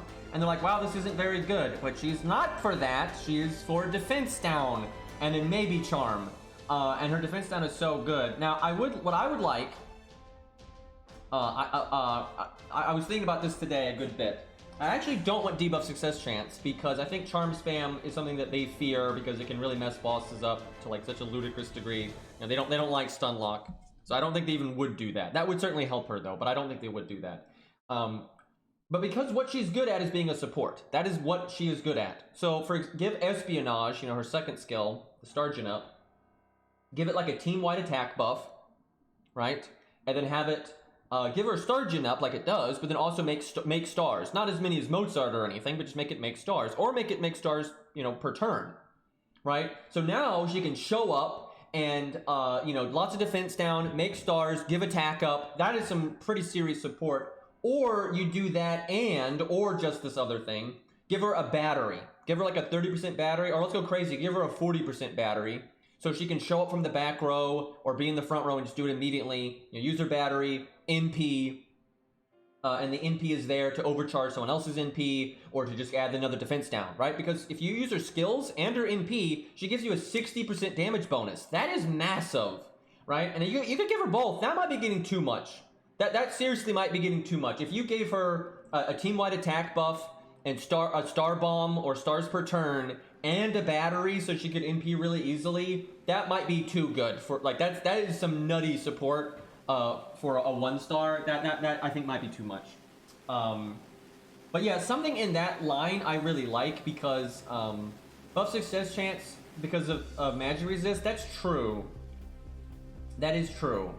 But that's the attack up could kind of do that. It's like it's supposed to be a con if you're debuff based opposed to buff based.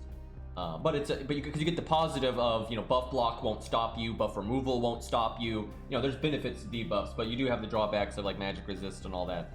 Because debuff success chance makes your charms better, and that is I wouldn't really care if they did that, but I really don't think DW wants to have another budget unit that can help stun lock. So I doubt they're going to do that, but we'll see. Maybe they will.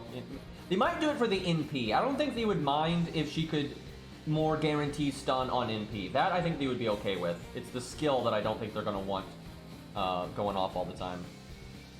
Okay, so we have fuck all quick resist down, but I think we still go for it here.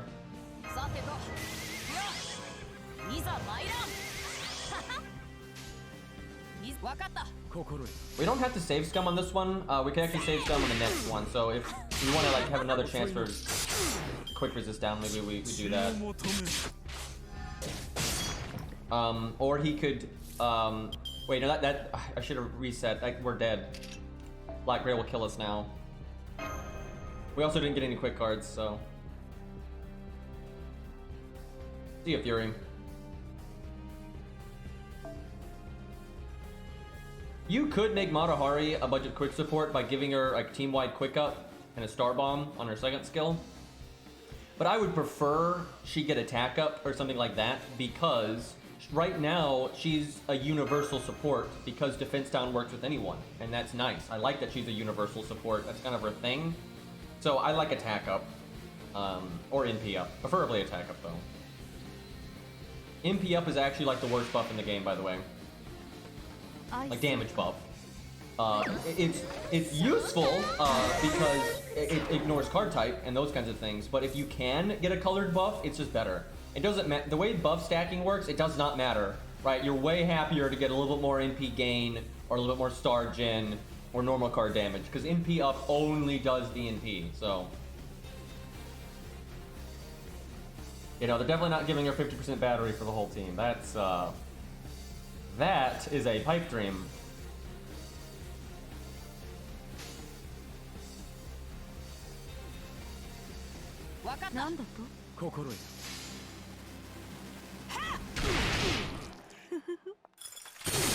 Giving her a targeted NP battery, though that's like 30% or 40% would be interesting. This game, dude. I don't know why I'm saves coming on turn 1, but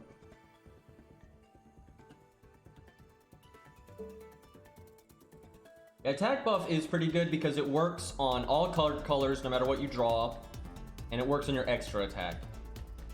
However, it does not help with NP gain, it does not help with star gen, any of that stuff, so what's best can depend on the unit, but NP up is basically never the best.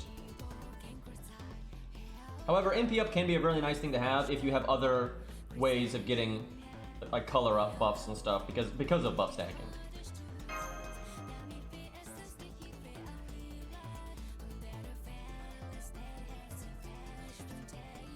But Salami does 100% battery for the whole team, which is a true statement. I have to point out, this is a very hard thing for a guy to do, but Kodro is totally pulling off that bow right there.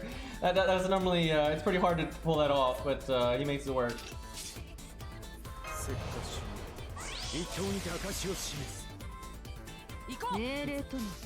Now this is super subjective. I mean, most things are, but I don't generally like long hair on guys or girls. Doesn't matter. I just don't think long hair looks that awesome generally. But there are a few people that some styles do pull it off. Like actually, Vlad I think pulls it off pretty well. But I think Kojiro pulls it off pretty well too. I guess we just charm here because I haven't done any buffs yet, so it doesn't actually... Stalling here does nothing bad for me.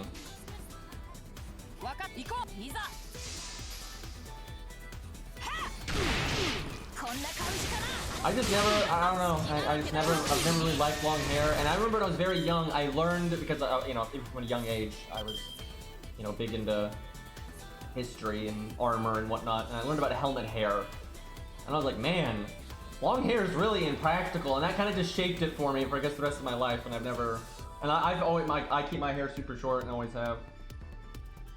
Yeah, I agree, none of the 5 stars.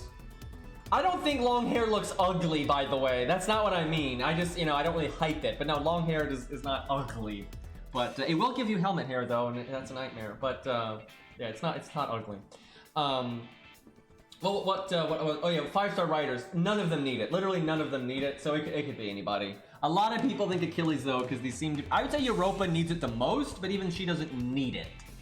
But I could definitely see it being Achilles just because he's popular. They do seem to be doing a guy trend right now, probably because of the Waltz event. They seem to be wanting to buff all guys, but that could just be a coincidence. You know, there might be, you know, some random, you know, people, like, we see patterns where they don't belong, right? So we'll see.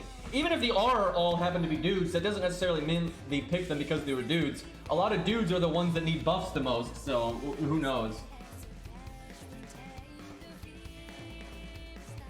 Oh yeah, not only do I not hate long hair, some people it absolutely just works better, and some people really can pull it off.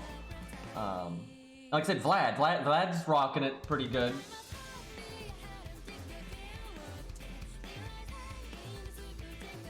Okay, it is time to buff. Now we could save Scum. Alex is on that kind of weird health rate. A Buster will kill him, but Quick and Art won't. I think we save Scum. I think it's fine.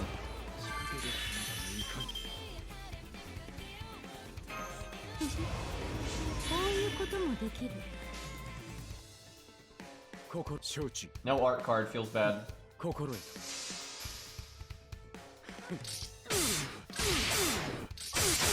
But hair and clothing and, you know, all that is just like the most subjective stuff like on the planet, so, you know, shit don't matter too much.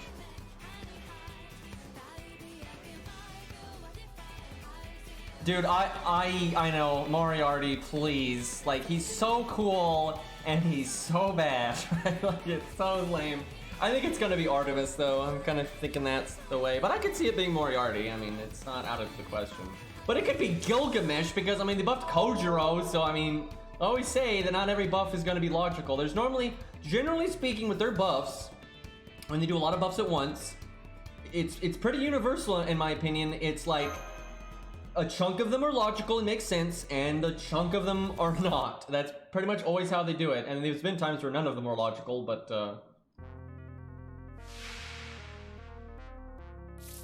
because Gil is super popular, it's from Fate Stay Night, and, you know, people have this idea that he's... I don't know why, my god, I've used him in Challenge Quest on my ult account several times, too. It's just...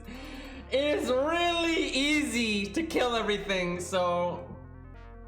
But I could see it. I could see it happening because of Orion and everything, you know. And you know, on the one hand, I will say this: in the long run, I actually don't mind them buffing Gil. Gil is supposed to be ludicrously OP, and people kind of want that, you know. And he's such a broken servant in lore and everything. But can we sort out Moriarty first and Artemis first, and, you know, get that done, and then go do your silly buffs, right? I'm always in the camp for that, but unfortunately the wait, I didn't even buff with Alexander, so it's a good thing I need to save Scum.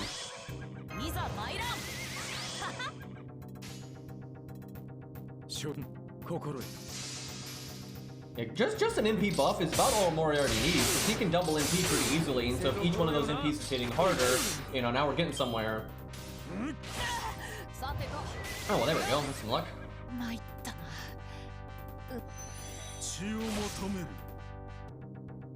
Okay, come on. Give us quick cards. Come on. We got a quick card. That's not amazing. We'll do it, though. We'll see what we get. That's not the best. I think it's the weaker command code. No, it's the better one, because one is AoE and one's single target, and the single target one is more NP up. Not a lot of quick resist down though from our second skill, unfortunately. But it's kind of, you know, it's reliable to have some of it up. It's not reliable to have a lot of it up. I can't believe they buffed Atalante Alter, by the way. She was a really nice, solid 4-star Berserker before, right? Totally solid. You know, does what you need a Berserker to do. And then it's got that nice survivability. Like, exactly what you want. You know, easy crits, easy, big hitting NP, and it has some basic survival to not just instantly die, so you can buy yourself enough time to get the NP or the crits or whatever. You know, and then, oh, it has a bonus, she buffs the team, right? Great. And like, yeah, we're gonna buff her. I was like, oh, okay, what? Although I guess her competition got higher because of Beowulf and all that. And you know, Pinth is really good. So, you know, it's fine to buff her. I thought it was just kind of wild to do. I like her buff a lot, really all she needed. Yeah, I mean, it's fine. I was just surprised. I really was surprised. I didn't think that would be on like their radar at all. But now that I'm talking about it and I think about it, it is fairly reasonable because the competition's pretty steep now for Berserkers. They've made some nice buffs for Berserkers, and Darius, you know, Darius shooting up down from the 3 stars, right? The suffering is Ibuki. No, not Ibuki. Ibaraki. That's the one. Ibiraki is suffering a bit there. Yeah, Lubu could use like an NP buff. Lubu's fine. He's a fine 3-star, but because of Mori and Darius now, I think to really, you know, because the fact that Darius is AoE and now he's starting to keep up with like the kind of just generic damage roll even in a single target situation because of the normal card damage he can bring and the extra survival. And he gets his NP faster, and then you have Mori over there being Mori. If Lubu's going to be the NP single target one, he needs to be doing the most damage with the NP. It's okay if his crits aren't as good, and his survivability is not as good, and his NP gain's not as good, and even if his normal card damage isn't as good as Darius's, that's fine. But his NP damage needs to really excel. He needs to be the NP one, right? So yeah, I hope they fix that.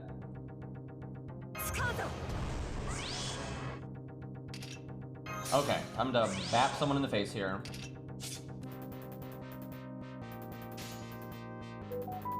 Phone, please.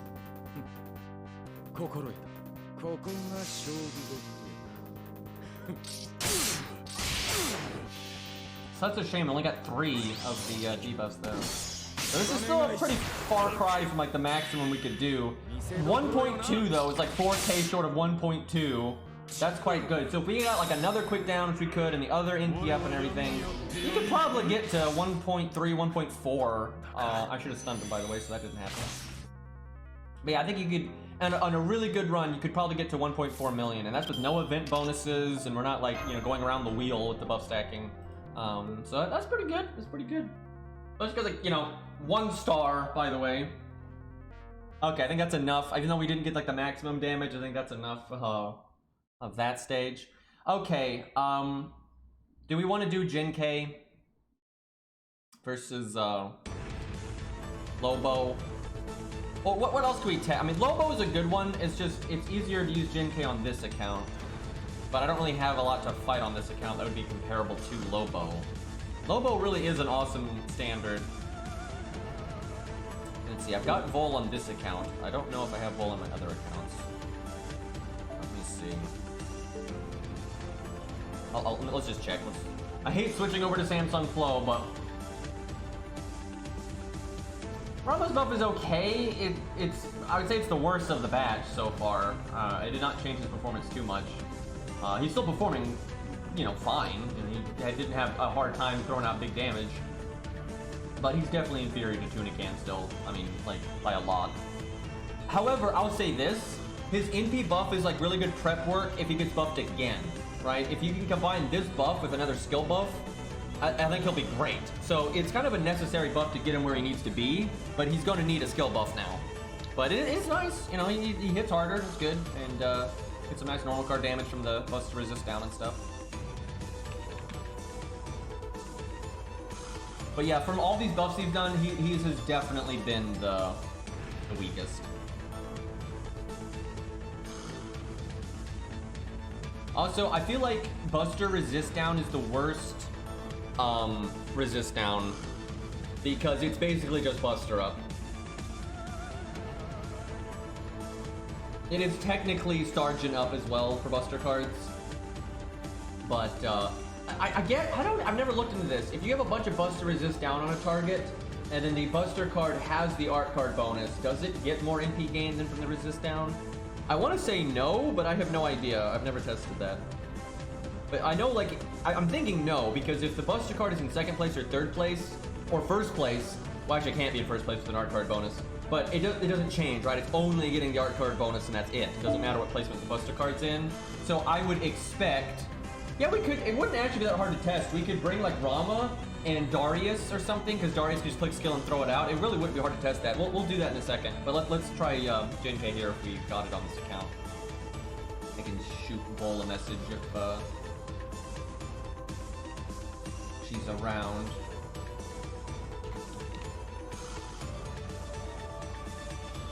Damn it, she's not. Well, it's time to see if we just happen to have it on the old account or not. Or, if by some miracle, I'm about to make myself laugh, but if somebody else has a level 100 Jin K, so you can do that. Sadly, that's a very rare thing. That is the wrong monitor. Okay, here we go. She's got such a cool NP animation though, and I've never minded her character either, so it's a shame that she's so unpopular. I think part of why she's unpopular is because until she got the animation update, you know, she wasn't too flashy, and by then people had kind of already got their favorites. And then she's always been kind of a weak unit, so all of that combined, I think, has resulted in, you know, not a lot of people grailing her and even like thinking about the unit or, you know, upping her skills or any of that. It's quite rare, to be honest.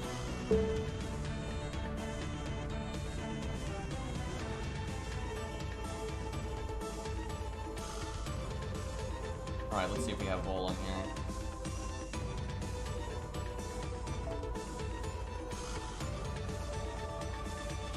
Good lord, I have so many people added on this account right now. What does Vol have in her all slot? Is it Amakusa? Don't think we got her. Damn it. Well, I don't think we can really test. The only thing I could do is use her on the main account, but I can't think of a fight on the main account that would really like test her might, right? That's comparable to Lobo. Lobo really is an awesome fight for just kind of seeing if the DPS can do a decent job or not. Here, let me change the stream title. I think we've done enough Kojo stuff. We did buff stacking, we did solo, we did team, we did all kinds of nonsense there. We did the dragon.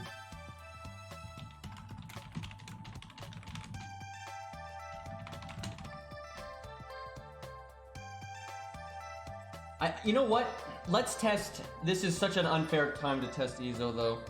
I was gonna say let's use Izo against Lobo, but Izo won't get his anti-humanoid thing, which he'll get against like 90% of bosses. That's really unfair. I think he would definitely do worse than Kojo against, because Lobo I don't think counts. Unless the writer makes him count as humanoid as well. They might count as beast and humanoid. Let me check.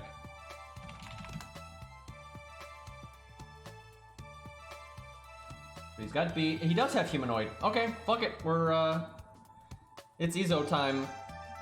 I think Maniac has the best Izo around, which would explain the emote there. I'm actually kind of curious how this one goes. Rice Man against the dragon, or do you mean Tuna Can? I can't ever remember whose name is what.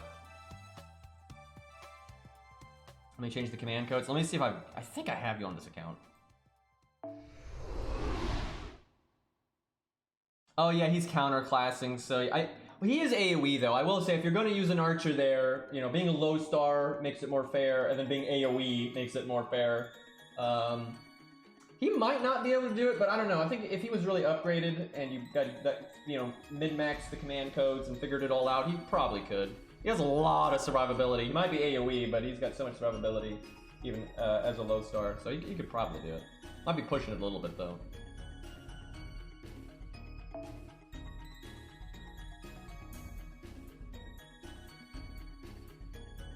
Wait, did Kid Gil do it? If Kid Gil did it, then definitely.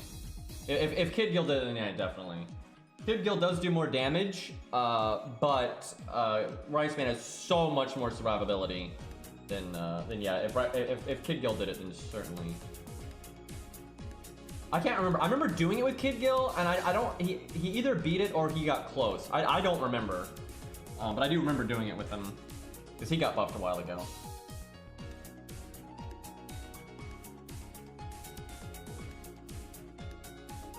Kid Gil got very close, and it was possible, but failed on that attempt.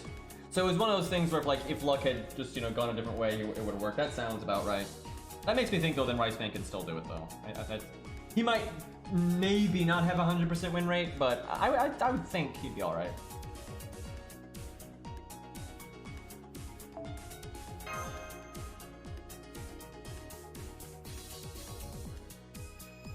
Did we redo it and then eventually beat it? Okay, still waiting on these command codes. If you got the AO one, that's always good on Buster card. You can always, if you've got other ways for the defense removal, you can slap on Sure Hit or Pierce Vulnerability. A lot of options here. Healing's good too, not dying is always nice.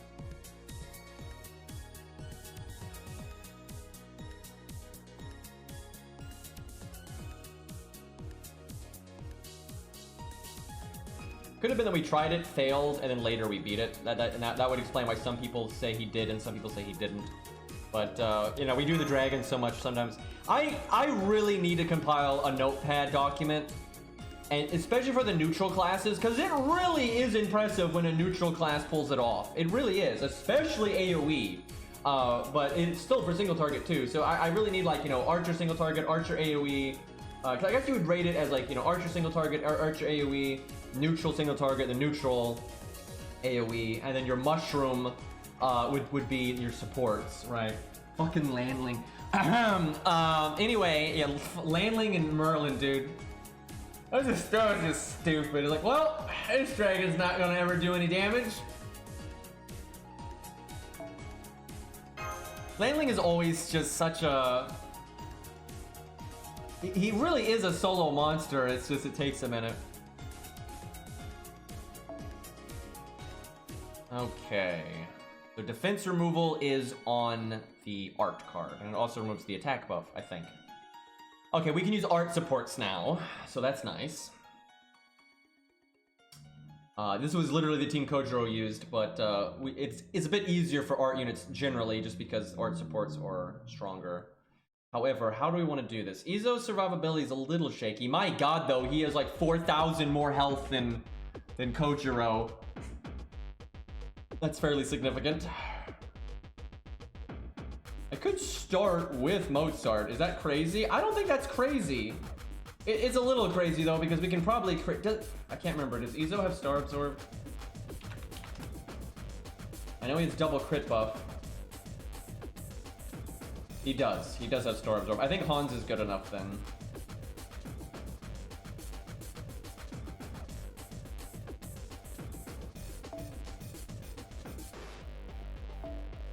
I'm a little worried that Mozart is just gonna whiff his value, but I'm hoping we can line this up.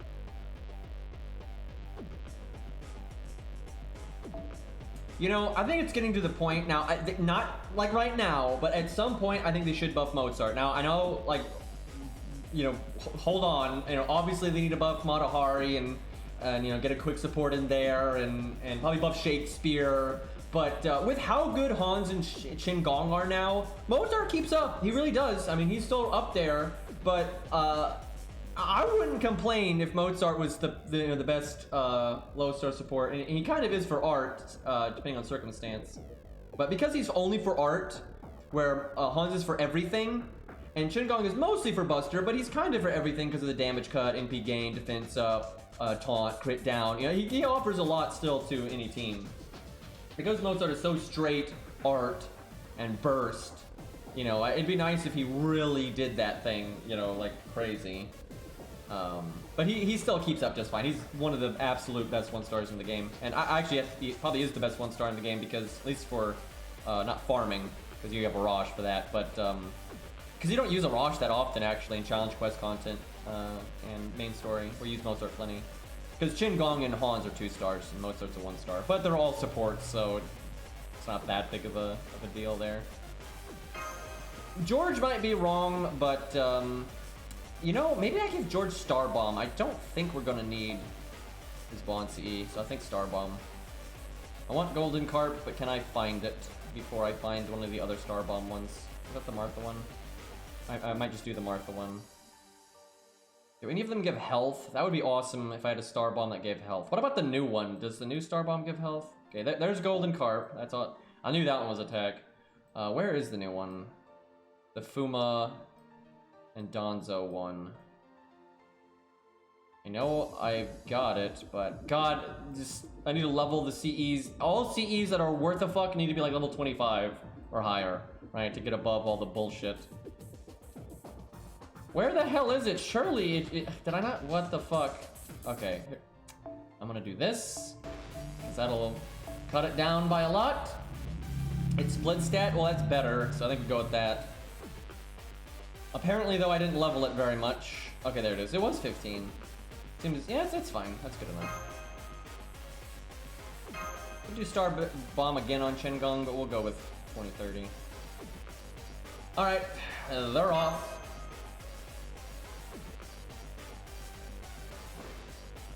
I would like them to up, buff. Why am I, this is, Flo, I don't need the mouse. I want them to buff George's NP, because he's so tanky, he doesn't need to be tankier. But letting him do some damage, it wouldn't make him all of a sudden your go-to damage dealer. You know, he's not gonna keep up with Ushi or anything. But it's like a secondary thing. If you want to do an art team, you know, he could do all right. I think that's fine. And you could also buff it to do more damage to dragons, because lore-wise, Ascalon does do more damage to dragons. And I guess you could give it a defense up against dragons too, but that might be too strong at that point. Because then you start art looping. And so you get the dragon trait and you MP again, and then you just got so much defense up and damage against dragon. Like that, it would just get. I mean, you know, I mean, it's okay. I guess it'd be okay if you are fighting I don't know. You wouldn't have to be a dragon boss. That's the problem. It'd be fine if George was suddenly super effective against dragons.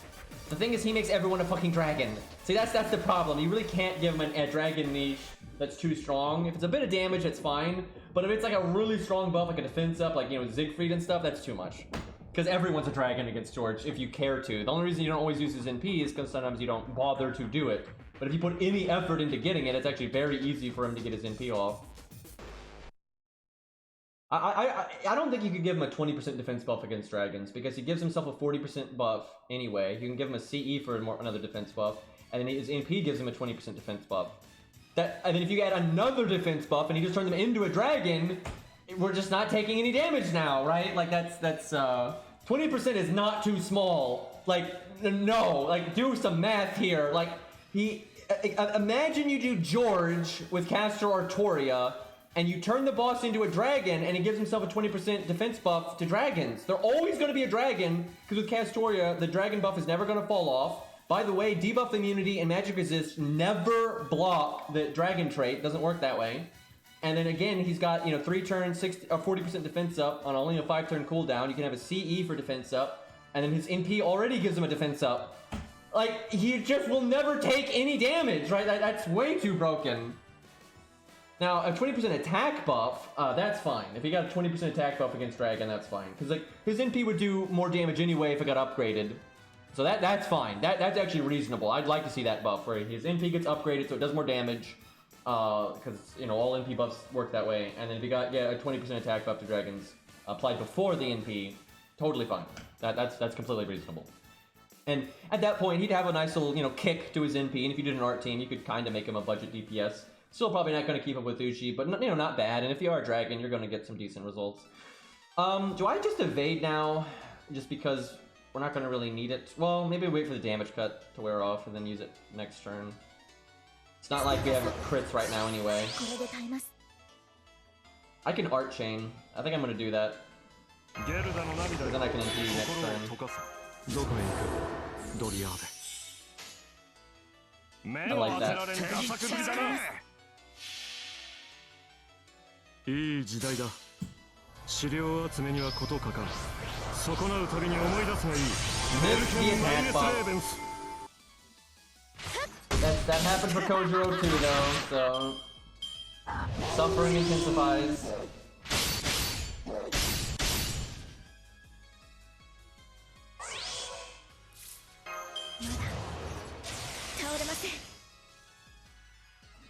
Let's see. I only got the one buster. Do I do it? I'm gonna use Atlas, so I guess I do it. I'm not gonna use the evade though, that's just wasteful. It does have a crit buff with it, but we'll wait a turn. Now, he can do the sure hit to get through the evade, but is Mash gonna do enough damage to really care? Like, I might just do this.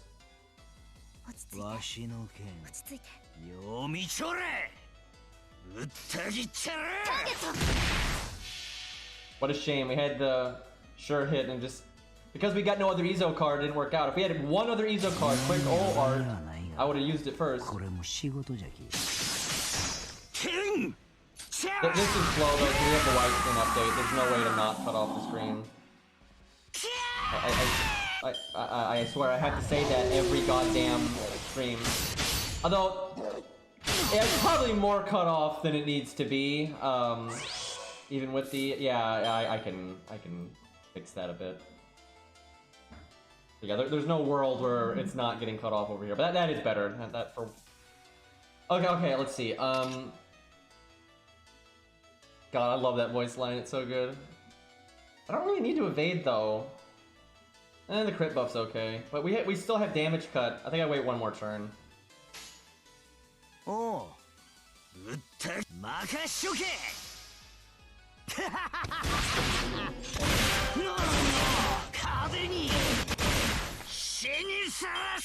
Kind of just bad luck with the deck shuffle there. If our NP turn had an art card, that would have been incredible. I don't really need the evade here, and we don't have any cards.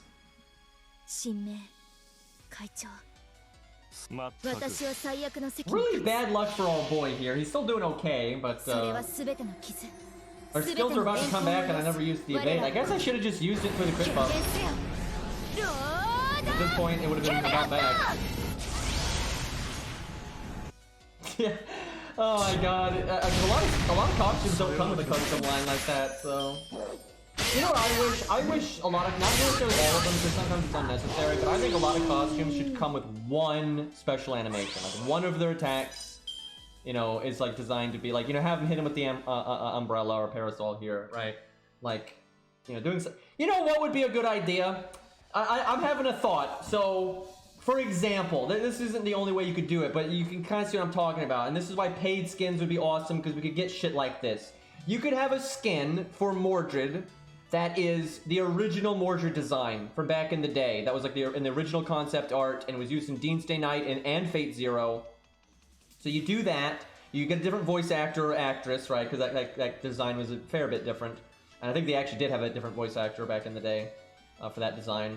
So you do that, and you get the other armor and the hair color and all that. And then you mostly just kind of copy-pasted on the rigging of the original animation set, right? Because that makes it a lot easier. But you change maybe one or two animations because, you know, the original Mordred was a bit different.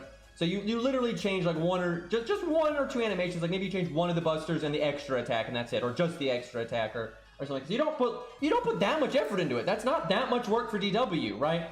But that's like getting a whole new servant, right? And it's kind of a fun throwback, you know, because it's an old design. It never was really used outside of, you know, some minor stuff. You know, it doesn't necessarily need to be its own character, right? But making it a skin is like a nice little nod there. You know, that would be awesome. And you could do, you know, stuff like that. It's not really Proto Mordred because we already have Proto Mordred. It's something different entirely. But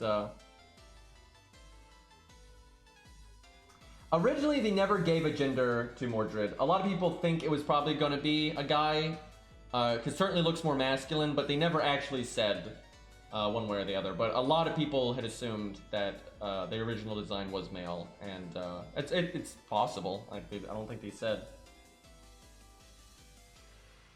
But yeah, basically, and the design was pretty androgynous, and it's not really clear what the gender was. And I don't think they'd even come up with the homunculus stuff yet. I don't think they had just decided on the background too much. Although maybe they had and they just changed it, or they kept it. Who knows? We never got that much information about it. Okay, now is a decent time to evade.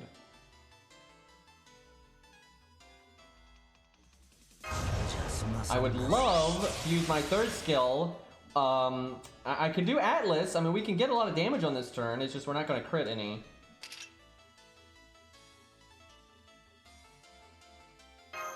I guess I do it. This sucks because we're not critting. We use both our crit buffs and we have 1 star. But I want the anti-humanoid damage for our NP.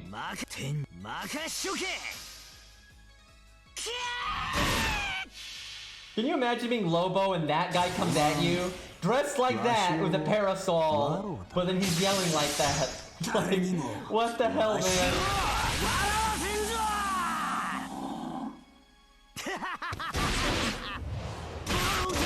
Almost broke. If we had gotten better luck and if Hans had landed the attack buff and stuff like that, we could have broken there, definitely.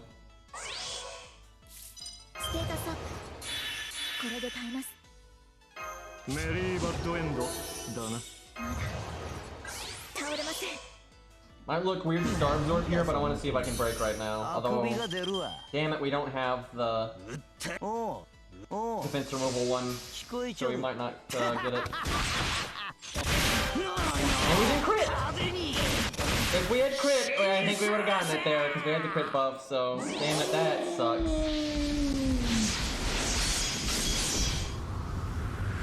I kind of like the yellow being special. The only way I think of sub-notification is if I could set it up where it was random, so we would have Ushi's skill line, and then that one, the yell, and then Moriarty, and then maybe a couple other ones. But if it was just the only notification, I think that'd be overdone a little bit. So much bad luck right now. Do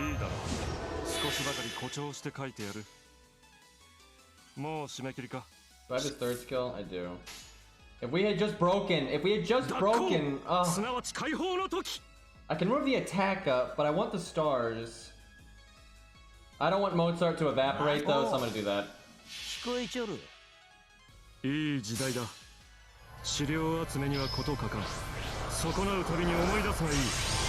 got the attack buff this time.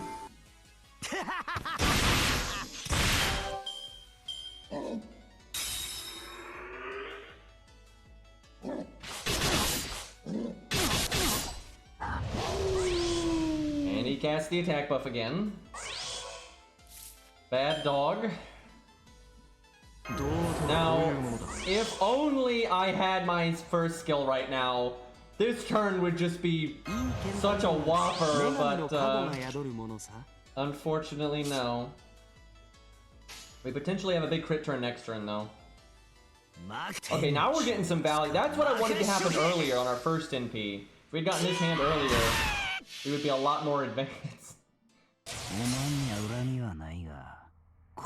These emotes are so good with the line.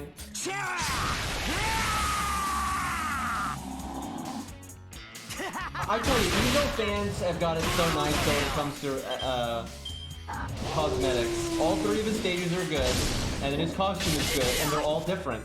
You have such options. You have such options with him. Somehow Mozart's not getting touched. Do I evade now? Yeah. Sadly, he has no cards this turn, but...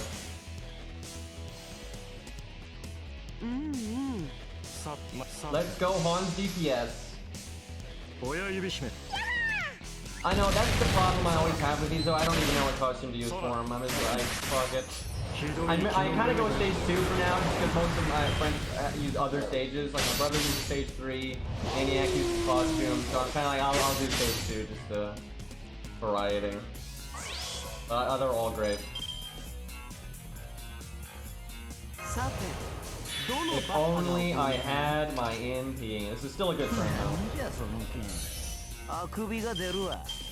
You know what? I'm using it.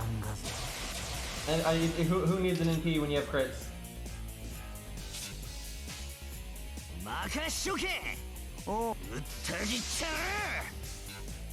Oh, he has his defense buff. Mistakes have been made, and I didn't have the defense removal command code. I mean, it was still decent damage, but that was not great. That defense buff, man. And Mozart definitely deserves an animation update. We're getting down to the wire here, but he might be able to pull through.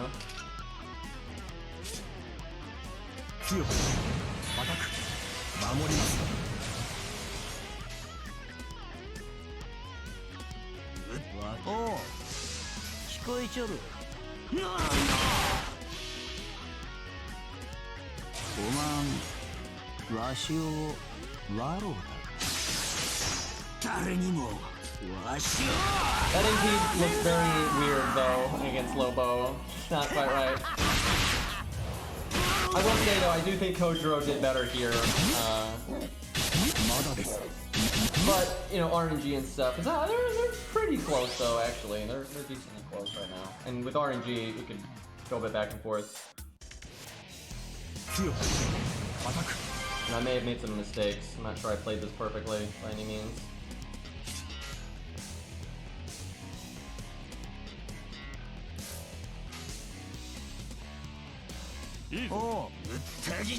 Thought about art chaining, but I figure his deal is nice. Recoup a little bit. I don't think Izo is physically capable of doing Kojiro's technique. We saw it.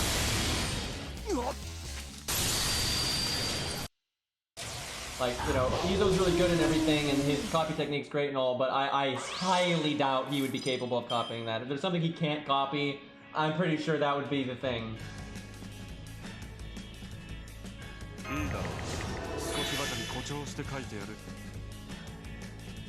Like, I don't think his like physical body is capable of doing that technique. It literally took Kojiro like such a long time. Just, you gotta understand. So here's a fun scene from the visual novel. I think it was in the Unlimited Blade Works route when Imiya Archer is fighting Kojiro, and Shiro's watching them for a second.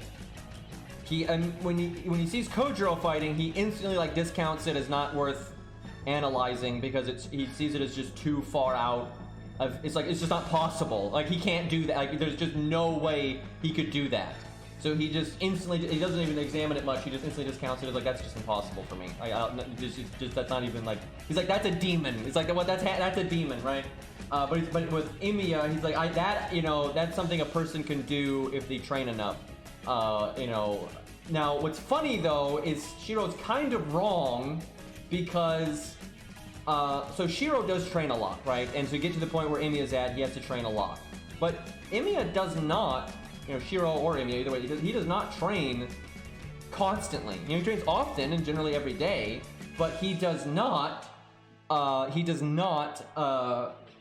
like Kojiro does. Kojiro literally trains all day, every day, non-stop for like his entire life, right? That is all Kojiro does. It's just train, and that's why Kojiro is like some kind of, you know, demon child. 9 Lives has like a magical component, so that's definitely a part of why he can do it. But even 9 Lives is not as impressive as Kojiro's technique. Now, it can be more destructive, but in terms of what's happening, 9 Lives is 9 swings very quickly, and there's magic behind it. Kojiro's technique, and 9 Lives, to be clear, it's 9 strikes that are so quick that they're almost at the same time, but they're not. Make it very clear, they are not at the same time. And again, there's magic behind it. Kojiro's technique has no magic behind it whatsoever, and is not almost at the same time. It's literally 3 strikes at the same time, and is like breaking dimensions, right? It's just nonsense, right? Like there's just nothing. That's just total shenanigans. Okay, so don't have RNP. Feels bad. I could Star Absorb and get a nice Buster crit here. And I could get Hans's crit buff. Is that worth it, or do I want to save it for later? I think we'll grab it. Well, the boss has defense up. We'll do it. Gotta get the damage somewhere.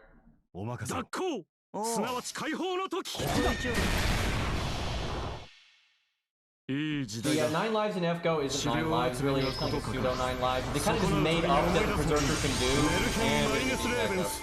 That's like something they've kind of made up over time, because like, well, in video games, everyone wants to see Herc do the 9 lives thing. But Herc Berserker actually can't do 9 lives, and we don't have Saber Herc or Archer Herc. So they kind of just have him do a pseudo version of it anyway, just because.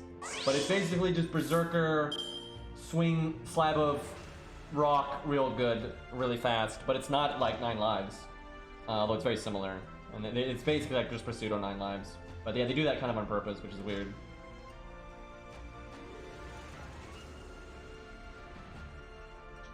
One turn and we get our first skill. I think we wait. And because we got the defense buff and then we got the other defense buff and damage cut, we should be safe. We'll make stars here. The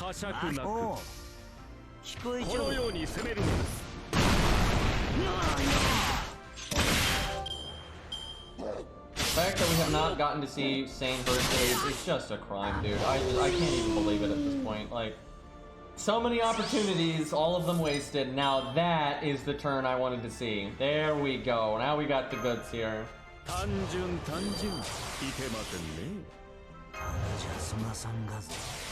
Yeah, he kind of turned us around at the end. I thought his pace was going to really slow down there, but actually he did pretty good here. We might kill right here. I'll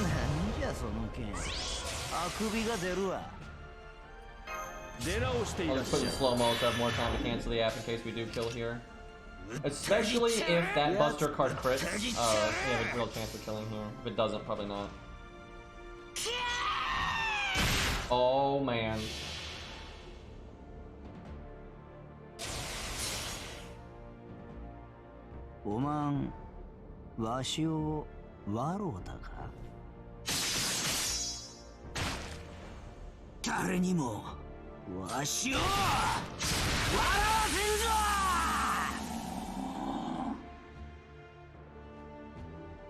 Can he do it? I think he can.